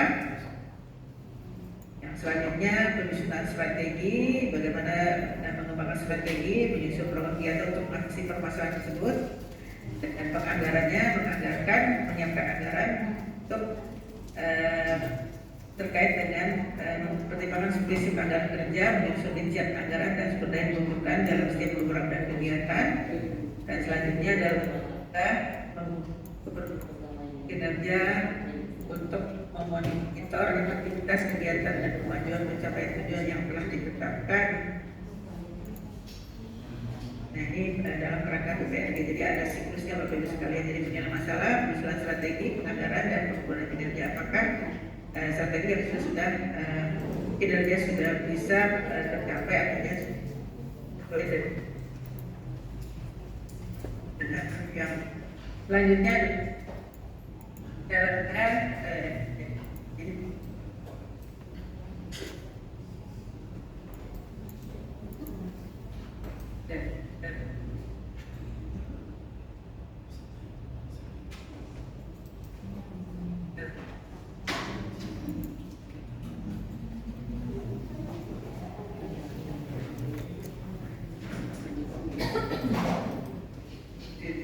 strategi indikator pembangunan dari pembangunan setara gender. Angka kedua identifikasi faktor-faktor penyebabnya. Angka ketiga susun rencana. Angka empat identifikasi kementerian lain dalam hal ini adalah perangkat daerah yang relevan dengan dalam hal yang relevan untuk menjadi mitra atau relevansi terhadap program dan kegiatan tersebut. Nah ini pengertian JBS. Nah ini JBN. Nah ini terkait dengan kesalahan dalam melaksanakan PUG di perencanaan dan penganggaran. Jadi dalam hal ini mungkin selama ini kita miskonsepsi tentang PPRD. Jadi PPDG masalah terkait gender hanya untuk perempuan. Mungkin selama ini di pemikiran kita, saya juga sebelum masuk ke dinas PPPA berpikir bahwa kalau gender itu pasti urusan perempuan gitu ya. Jadi kalau ada tugas atau undangan itu terkait dengan undangan dari dinas pemberdayaan perempuan itu pasti perempuan yang ditugaskan gitu ya.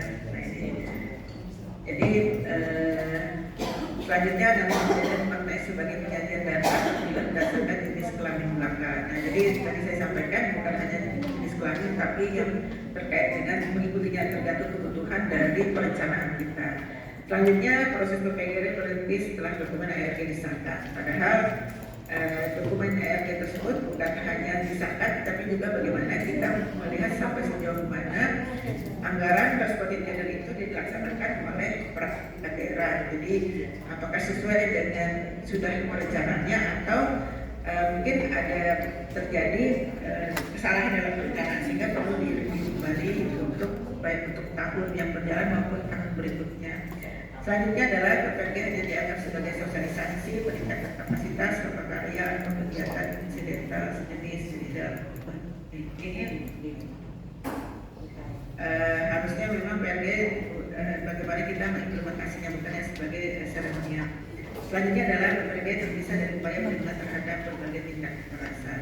Padahal dalam PPG lah kita bisa membuat suatu program kegiatan yang bisa dalam hal perlindungan terhadap kekerasan tersebut. Selanjutnya ada rekomendasi perbaikan terkait dengan penggerak PPRG berkolaborasi memastikan integrasi gender di dalam RKP, RKPD dan Reja dan lembaga daerah. Yang kedua adalah PPRG akan efektif jika program kegiatan yang akan disusun JPS-nya fokus pada kegiatan program yang berdaya ungkit tinggi dan mendukung. Jadi dalam ini bagaimana kita menetapkan untuk mendukung misi-misi kita bisa khususnya untuk provinsi bisa berhasil dengan melihat sampai sejauh mana kegiatan program yang kita lakukan sebagai ARG itu bisa mengungkit daripada misi-misi baik untuk kepala daerah maupun kepala OPD terkait untuk mendukung hal tersebut. Jadi dalam hal ini tidak perlu banyak, yang penting berdaya ungkit tinggi, menghindari kesalahan-kesalahan terhadap negara tersebut. Selanjutnya, ini masukan terkait dengan tim driver yaitu untuk Bapeda, BPKD, Inspektorat maupun Dinas PPPA. Jadi dalam hal ini harus memahami sungguh-sungguh bahwa RG itu penting sekali, bahwa apa yang dilakukan dalam program memiliki APKM bagi semua jenis kelamin. Yang kedua, memahami tentang ARG dan tahapannya hingga DBS-nya.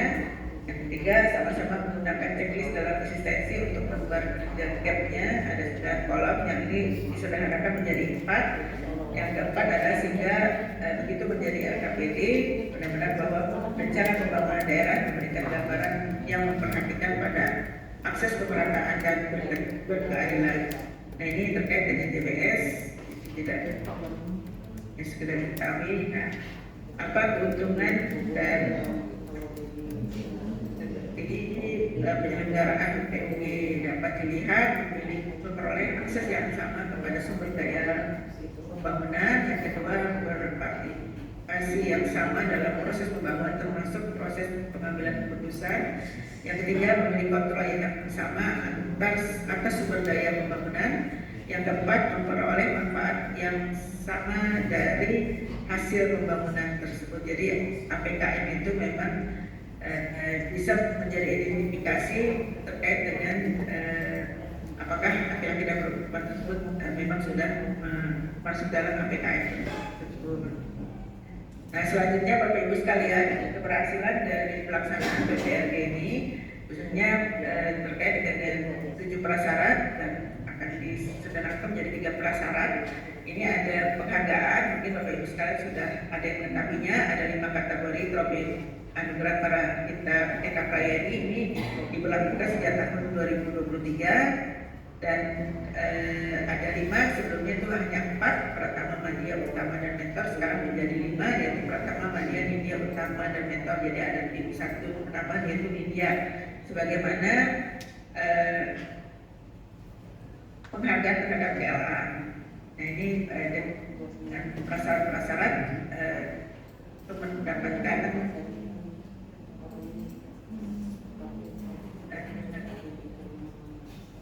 penghargaan APBN. Ini bisa dilihat sebagai kalian penghargaan 2022 kepada yang tidak dilakukan PLA di tahun 2023, dan untuk saat ini Kubar untuk APE belum mendapatkan APE ya Bapak Ibu sekalian, dan menjadi contoh untuk Berau tadinya di tahun 2021 tidak mendapatkan APE, dan alhamdulillah di Kubar yang APE Madya. Jadi saya harapkan Kubar juga bisa mengikuti langkah-langkah tersebut. Jadi kami dari provinsi siap membantu ketika dibutuhkan untuk proses baik dalam pengumpulan PPD maupun kegiatan-kegiatan, dan kami saat ini juga telah memberikan upaya untuk penyediaan PPD. Tentunya dalam waktu dekat kita akan mengundang sosialisasi penyelenggaraan PUG bagi SDM bidang hukum. Nah ini salah satu yang eviden yang akan jadikan syarat dalam APE tersebut. Jadi dalam waktu dekat di tanggal 13 nanti akan kami undang, termasuk Produk Bengkulu. Dan Kubar juga di KLA masih mendapatkan kategori pertama, dan kami harapkan di tahun 2024 ini bisa meningkat menjadi Madya. Nah, jadi dalam hal ini Dinas PPPA tidak mungkin bekerja sendiri, perlu kolaborasi seluruh OPD dalam rangka untuk mendapatkan penghargaan tersebut, karena memang dua penghargaan ini menjadi tolak ukur jadi keberhasilan Dinas PPPA dalam penyelenggaraan dalam pemberdayaan perempuan dan perlindungan anaknya. Nah demikian Bapak Ibu sekalian yang dapat saya sampaikan. Perempuan berdaya, anak terlindungi, Indonesia maju. Terima kasih atas segala perhatiannya. Mohon maaf jika ada hal yang kurang berkenan. Dan pada kesempatan ini mungkin ada jawab, saya persilahkan untuk presentasi. Saya ucapkan terima kasih atas segala perhatiannya. Wabillahi taufiq wal hidayah. Wassalamualaikum warahmatullahi wabarakatuh. Mungkin ada yang ditanyakan Bapak Ibu sebelum selesai? Ada yang ditanyakan tentang apa tadi ya, peran dan hubungan yang lembaga negara? Masih memantau. Ada yang ditanyakan Bapak Ibu? Kayaknya nih kepingin banget nih, ada yang mau nanya nih. Ibu bertanya? Ingin banget. Aku sejauh surat. Ada yang mau ditanyakan Bu kayaknya? Ibu ada yang bertanya? Siapa yang mau bertanya? Hah? Oh ibu yang mau tanya?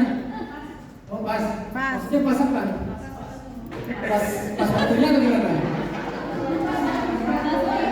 Gimana sih ini?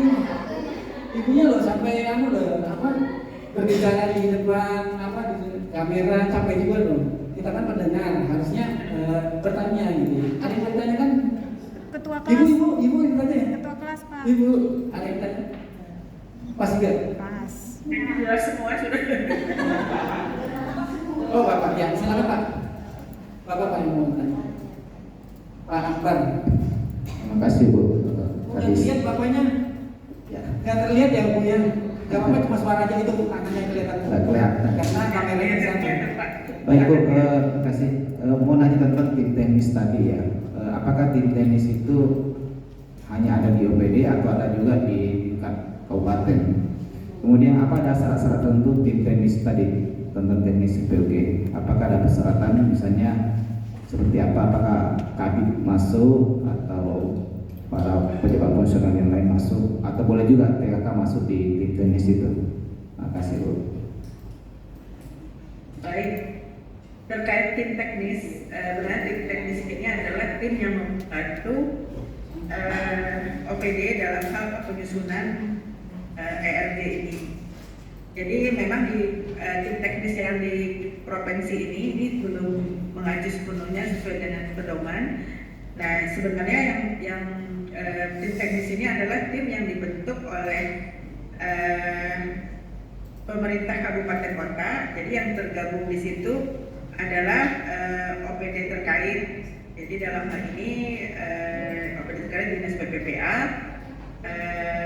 PPKD, karena memang terkait dengan penganggarannya, Bapeda, dan dari akademisi. Jadi dalam hal ini termasuk juga lembaga yang memang punya konsen terhadap PUG ini. Jadi sebenarnya ini tim eksternal yang membantu tim penyusunan ERG di OPD gitu. Nah, jadi silakan nanti untuk Kabupaten Bubar, kalau saya lihat tadi tim teknis juga belum ada, dan yang ada tim Pokja, dan untuk tim paper juga harus ada itu Pak. Jadi Bapak dari mana instansinya?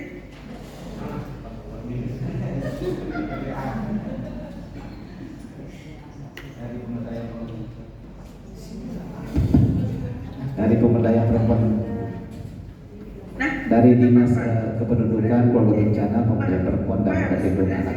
Percepatan ya Pak untuk menentukan. Nah, Bapak di dinas sosial dan ini ya. Dinas Kependudukan. Dinas sendiri Pak ya. Dinas sendiri. Saya ingat Mahulu, lupa saya Pak. Mohon maaf. Tadi saya menghubungkan Bubar dengan dinas sosial itu ternyata Mahulu Pak.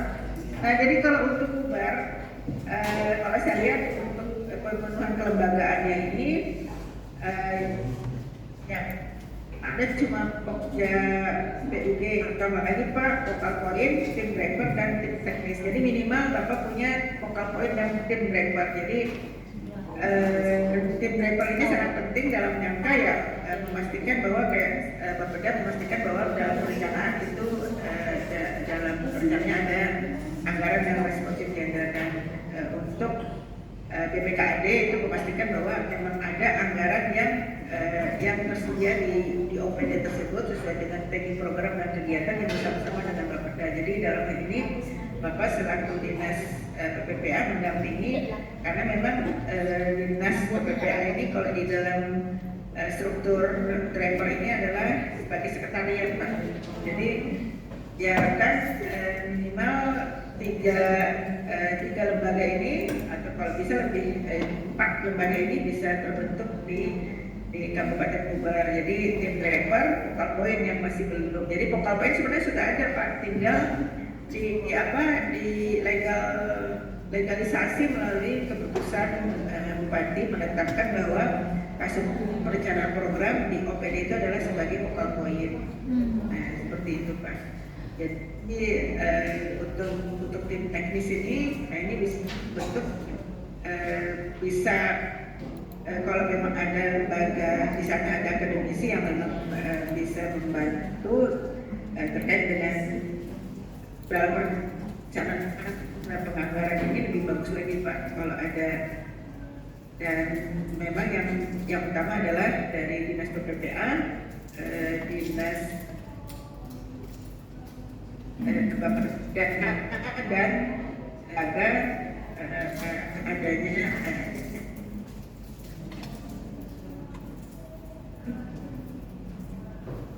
itu Pak.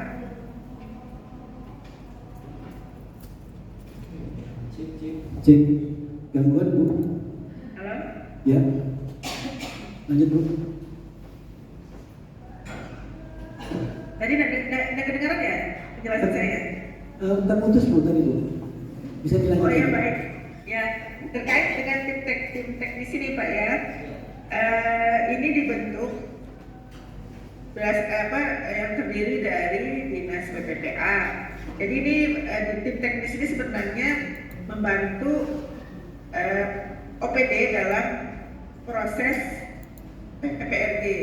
Jadi baik untuk tagging program dan kegiatan maupun anggarannya. Jadi tim teknis ini terdiri dari OPD terkait dan kalau bisa ada dari akademisi. Nah, jadi dalam hal ini terkait dengan tim teknis ini membantu OPD dalam hal tagging program dan kegiatan maupun terhadap anggaran yang akan ditetapkan.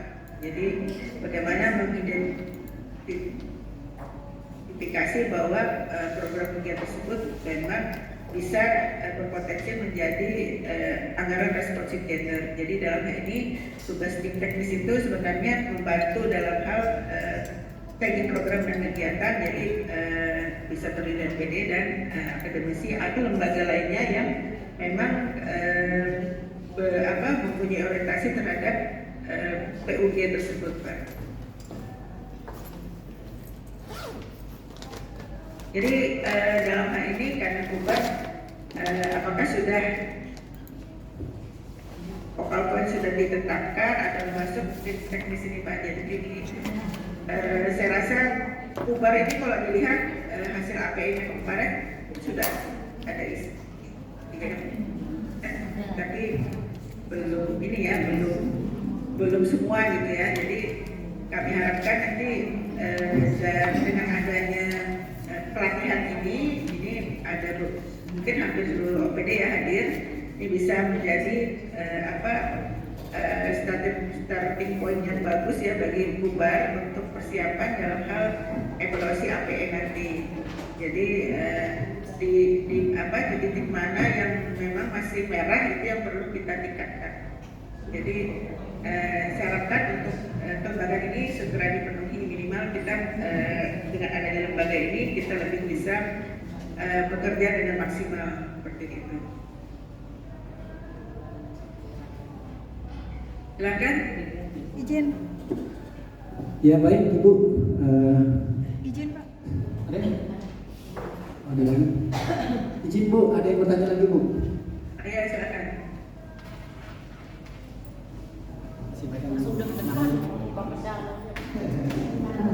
Izin Ibu, perkenalkan saya Ariana dari Bapeda. Mungkin saya lebih menanyakan untuk data pilah ini Bu. Untuk data pilah ini core-nya di mana? Di Bapedaka untuk membuat data pilah ini atau di DP 2KB? Mungkin itu dulu Bu.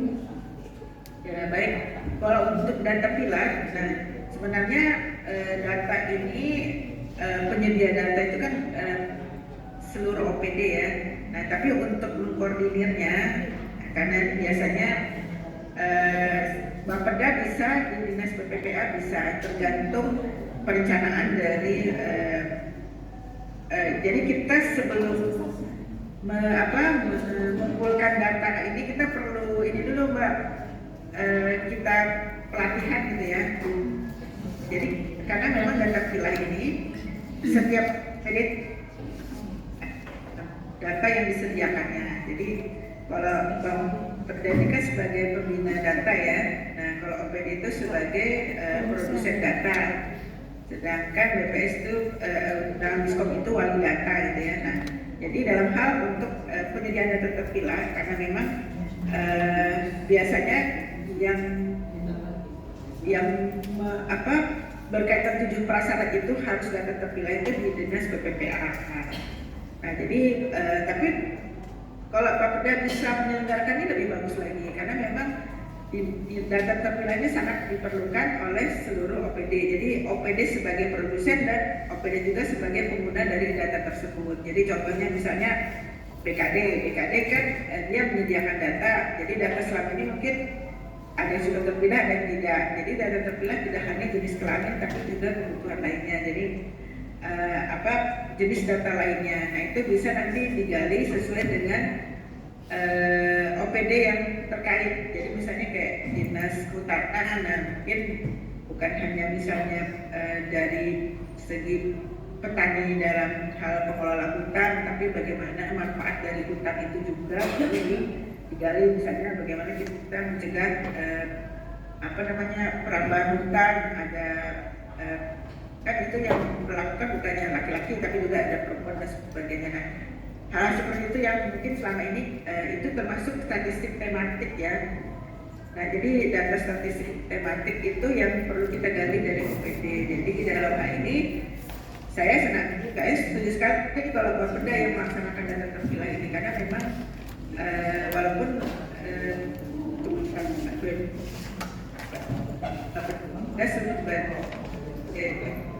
pembina data dalam hal ini bisa berkolaborasi antara Bapeda dan Dinas PPPA. Jadi silakan aja untuk kegiatannya apakah berada di Dinas PPPA atau di Bapeda seperti itu kan.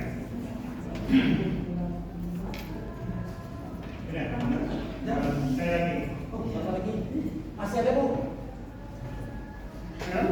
Masih ada Bu? Masih ada Bu? Yang mau bertanya Bu, karena mereka belum puas Bu, Ibu berikan materi ini. Oh iya. Baik, masih semangat? Baik, terima kasih. Saya singkat saja. Pertama, saya menggarisbawahi pertanyaan dari Bu Yuli tadi. Seingat saya, pada tahun lalu kami coba melakukan data pilah. Data terpilah ini kalau mau lebih gampang melakukannya itu sebenarnya dari BKAD. Jadi dari sana akan memunculkan bisa lebih cepat kita melihat di mana peran dari OPD masing-masing terhadap PUG itu. Itu yang pertama. Yang kedua, menanggapi dari Ibu narasumber tadi bahwa bagaimana untuk gergetnya PUG ini bisa lebih terdepankan lagi, itu perlu dibentuk tim teknis. Bahkan dari pengalaman kita yang sebelumnya, mohon maaf saya juga orang baru berada di Dinas Pemberdayaan Perempuan ini, jadi masih tahap belajar. Kita memang belum punya perda untuk PUG ini Bu, tapi kita sudah dibantu ada SK Bupati. Yang pertama ada tim driver. Tim driver itu ketuanya dari Bapeda sebagai penggerak. Yang kedua kita juga punya tambahan yaitu tim focal point. Itu ketuanya kalau tidak salah di Inspektorat. Ya, ketua boleh. Bapeda. Nah lalu kita merasakan di dalam peran ini masih mengalami kendala karena mungkin Bapeda tadi sibuk. Tapi kalau dari dinas kita sendiri yang melakukan action, terkadang ini bukan hanya kami ya. Ini kesan baik tingkat provinsi maupun kami dapat dari kabupaten mana yang lain. Selalu keluhannya bahwa kita masih ada kesannya itu termarginalisasi. Jadi bukan juga dipandang sebelah mata ya, tapi ya agak-agak tidak terlalu begitu. Nah, oleh karena itu perannya ini bagaimana kalau tim teknis ini kita angkat atau kita geser, ketuanya itu berada di lini asisten, apakah asisten 3, apakah asisten 1. Jadi sehingga anggotanya itu terdiri dari OPD terkait. Nah, dengan demikian harapan kita kalau ini berada di lini levelnya asisten, mudah-mudahan jaringan koordinasinya bisa lebih cepat, lebih terfokus. Karena kalau berada di lini OPD ini takutnya ada istilahnya itu adalah gengsi apa? Ego sektoralnya ada. Jadi sehingga apa yang kita canangkan itu menjadi terhambat lagi. Kira-kira mungkin demikian Bu. Terima kasih. Nama saya Darin. Terima kasih. Oh ya, siap. Terima kasih Pak Darin. Jadi terkait dengan tim teknis ini, tadi sudah sampaikan bahwa tim teknis ini adalah tadi OPD terkait dan dan eksternal ya. Nah saya menyambut baik tadi sudah ada tim driver yaitu Bapak betul Pak, ketua tim driver itu adalah Bapeda, dan terkait dengan bagaimana peran daripada focal point itu adanya masukan perencanaan program. Nah, sudah OPD. Nah, tim driver inilah yang harusnya bergerak gitu ya. Artinya driver itu kan menggerakkan Pak ya. Kalau sopir itu membawa kendaraan itu dia lagi membawa gitu kan. Nah, jadi terkait misalnya usulan Bapak bahwa asisten itu tergantung dari kabupaten kota gitu. Artinya kalau dianggap selama ini tidak efektif ya silakan aja. Tapi patut dipertimbangkan bahwa asisten ini tidak bekerja secara teknis Pak. Jadi oke, jadi misalnya asisten sebagai pengarah besar, tapi ketuanya tetap Bapeda gitu. Karena Bapeda itu memang berkaitan dengan perencanaan itu pasti Bapeda gitu ya. Walaupun dengan alasan banyaknya pekerjaan ya karena memang sudah amanatnya seperti itu. Jadi walaupun misalnya dinas PPPA yang melaksanakan membantu gitu ya, kita yang membantu gitu ya. Itu biasanya kalau OPD kalau sudah Bapeda yang bicara itu pasti nurut gitu ya Pak ya. Artinya karena terkait dengan Emaknya kegiatannya emaknya itu Bapeda. termasuk dengan itu BPKD bicara masalah anggaran otomatis juga Bapeda pasti menurut gitu ya. Artinya strategi seperti itu yang jadi mungkin terkait dengan strategi yang perlu kita kita terapkan gitu ya. Memang selama ini urusan PPPA ini betul kata Bapak hampir dipandang sebelah mata gitu ya. Tidak hanya di kabupaten kota termasuk provinsi juga Pak. Jadi bagaimana kita berjuang merangkul OPD terkait, kita melibatkan mereka sehingga mereka dekat dengan kita. Ini juga perlu perjuangan Pak. Ini saya akui Bapak yang baru, saya juga masih terbilang baru juga walaupun sudah sekian tahun gitu ya. Tapi dalam hal ini upaya itu tetap kita perjuangkan gitu ya. Jadi terkait dengan misalnya Bapak mengusulkan asisten yang terserah aja itu tetapkan siapa menjadi tim driver tersebut. Tapi ya patut dipertimbangkan tadi bahwa kalau untuk tim driver kan teknis ya. Nah, terkait dengan upaya-upaya bagaimana merangkul OPD supaya care itu, nah itu perlu strategi. Jadi misalnya kalau perlu bupati yang bicara gitu ya, bahwa ini nih RT kita ini gitu kan masih kurang atau seperti apa gitu kan. Nah jadi kalau sudah kepala daerah yang bicara pasti mengikut gitu ya. Artinya apalagi terkait dengan perencanaannya misalnya kalau tidak ada gap JPS misalnya ini tidak akan diproses misalnya untuk JPA-nya dan sebagainya. Nah itu jadi ada strategi memang yang perlu kita buat sehingga baik OPD maupun terkait dengan tim-tim tadi itu bisa bekerja optimal seperti itu Pak. Jadi terkait dengan ini Pak BKD untuk PUG, jadi BKD sepertinya itu kurang tepat juga kalau BKD karena BKD tidak mungkin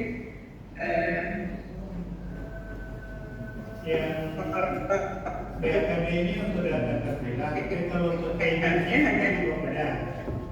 Stakeholder terkait. Koreksi untuk BKD kemarin kaitannya untuk data terpilah, tapi untuk guidingnya itu tetap di Bapeda untuk memunculkan peran data. Demikian Bu. Ya, betul Pak. Saya setuju itu. Silakan Bapak Ibu.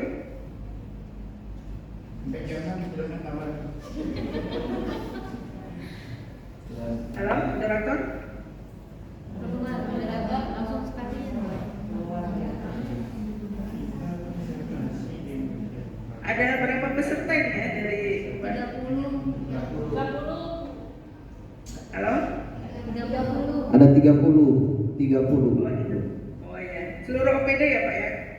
Hampir semua OPD, iya, OPD besar. Oh, iya. Ada berapa OPD ini di Kubar? 47. 47 termasuk kecamatan. Iya. Oh iya. Halo? Ada yang mau nanya lagi Pak? Pak Suparto ada ini. Ini luar biasa ini Pak Perda yang mau tanya Bu. Ada lagi? Ada yang mau tanya Bu? Ya, Silakan Ibu. silakan. Ya jam 6 lah kita boleh pulang. Terima kasih Bu. Saya Lena dari Dinas Pemberdayaan Perempuan.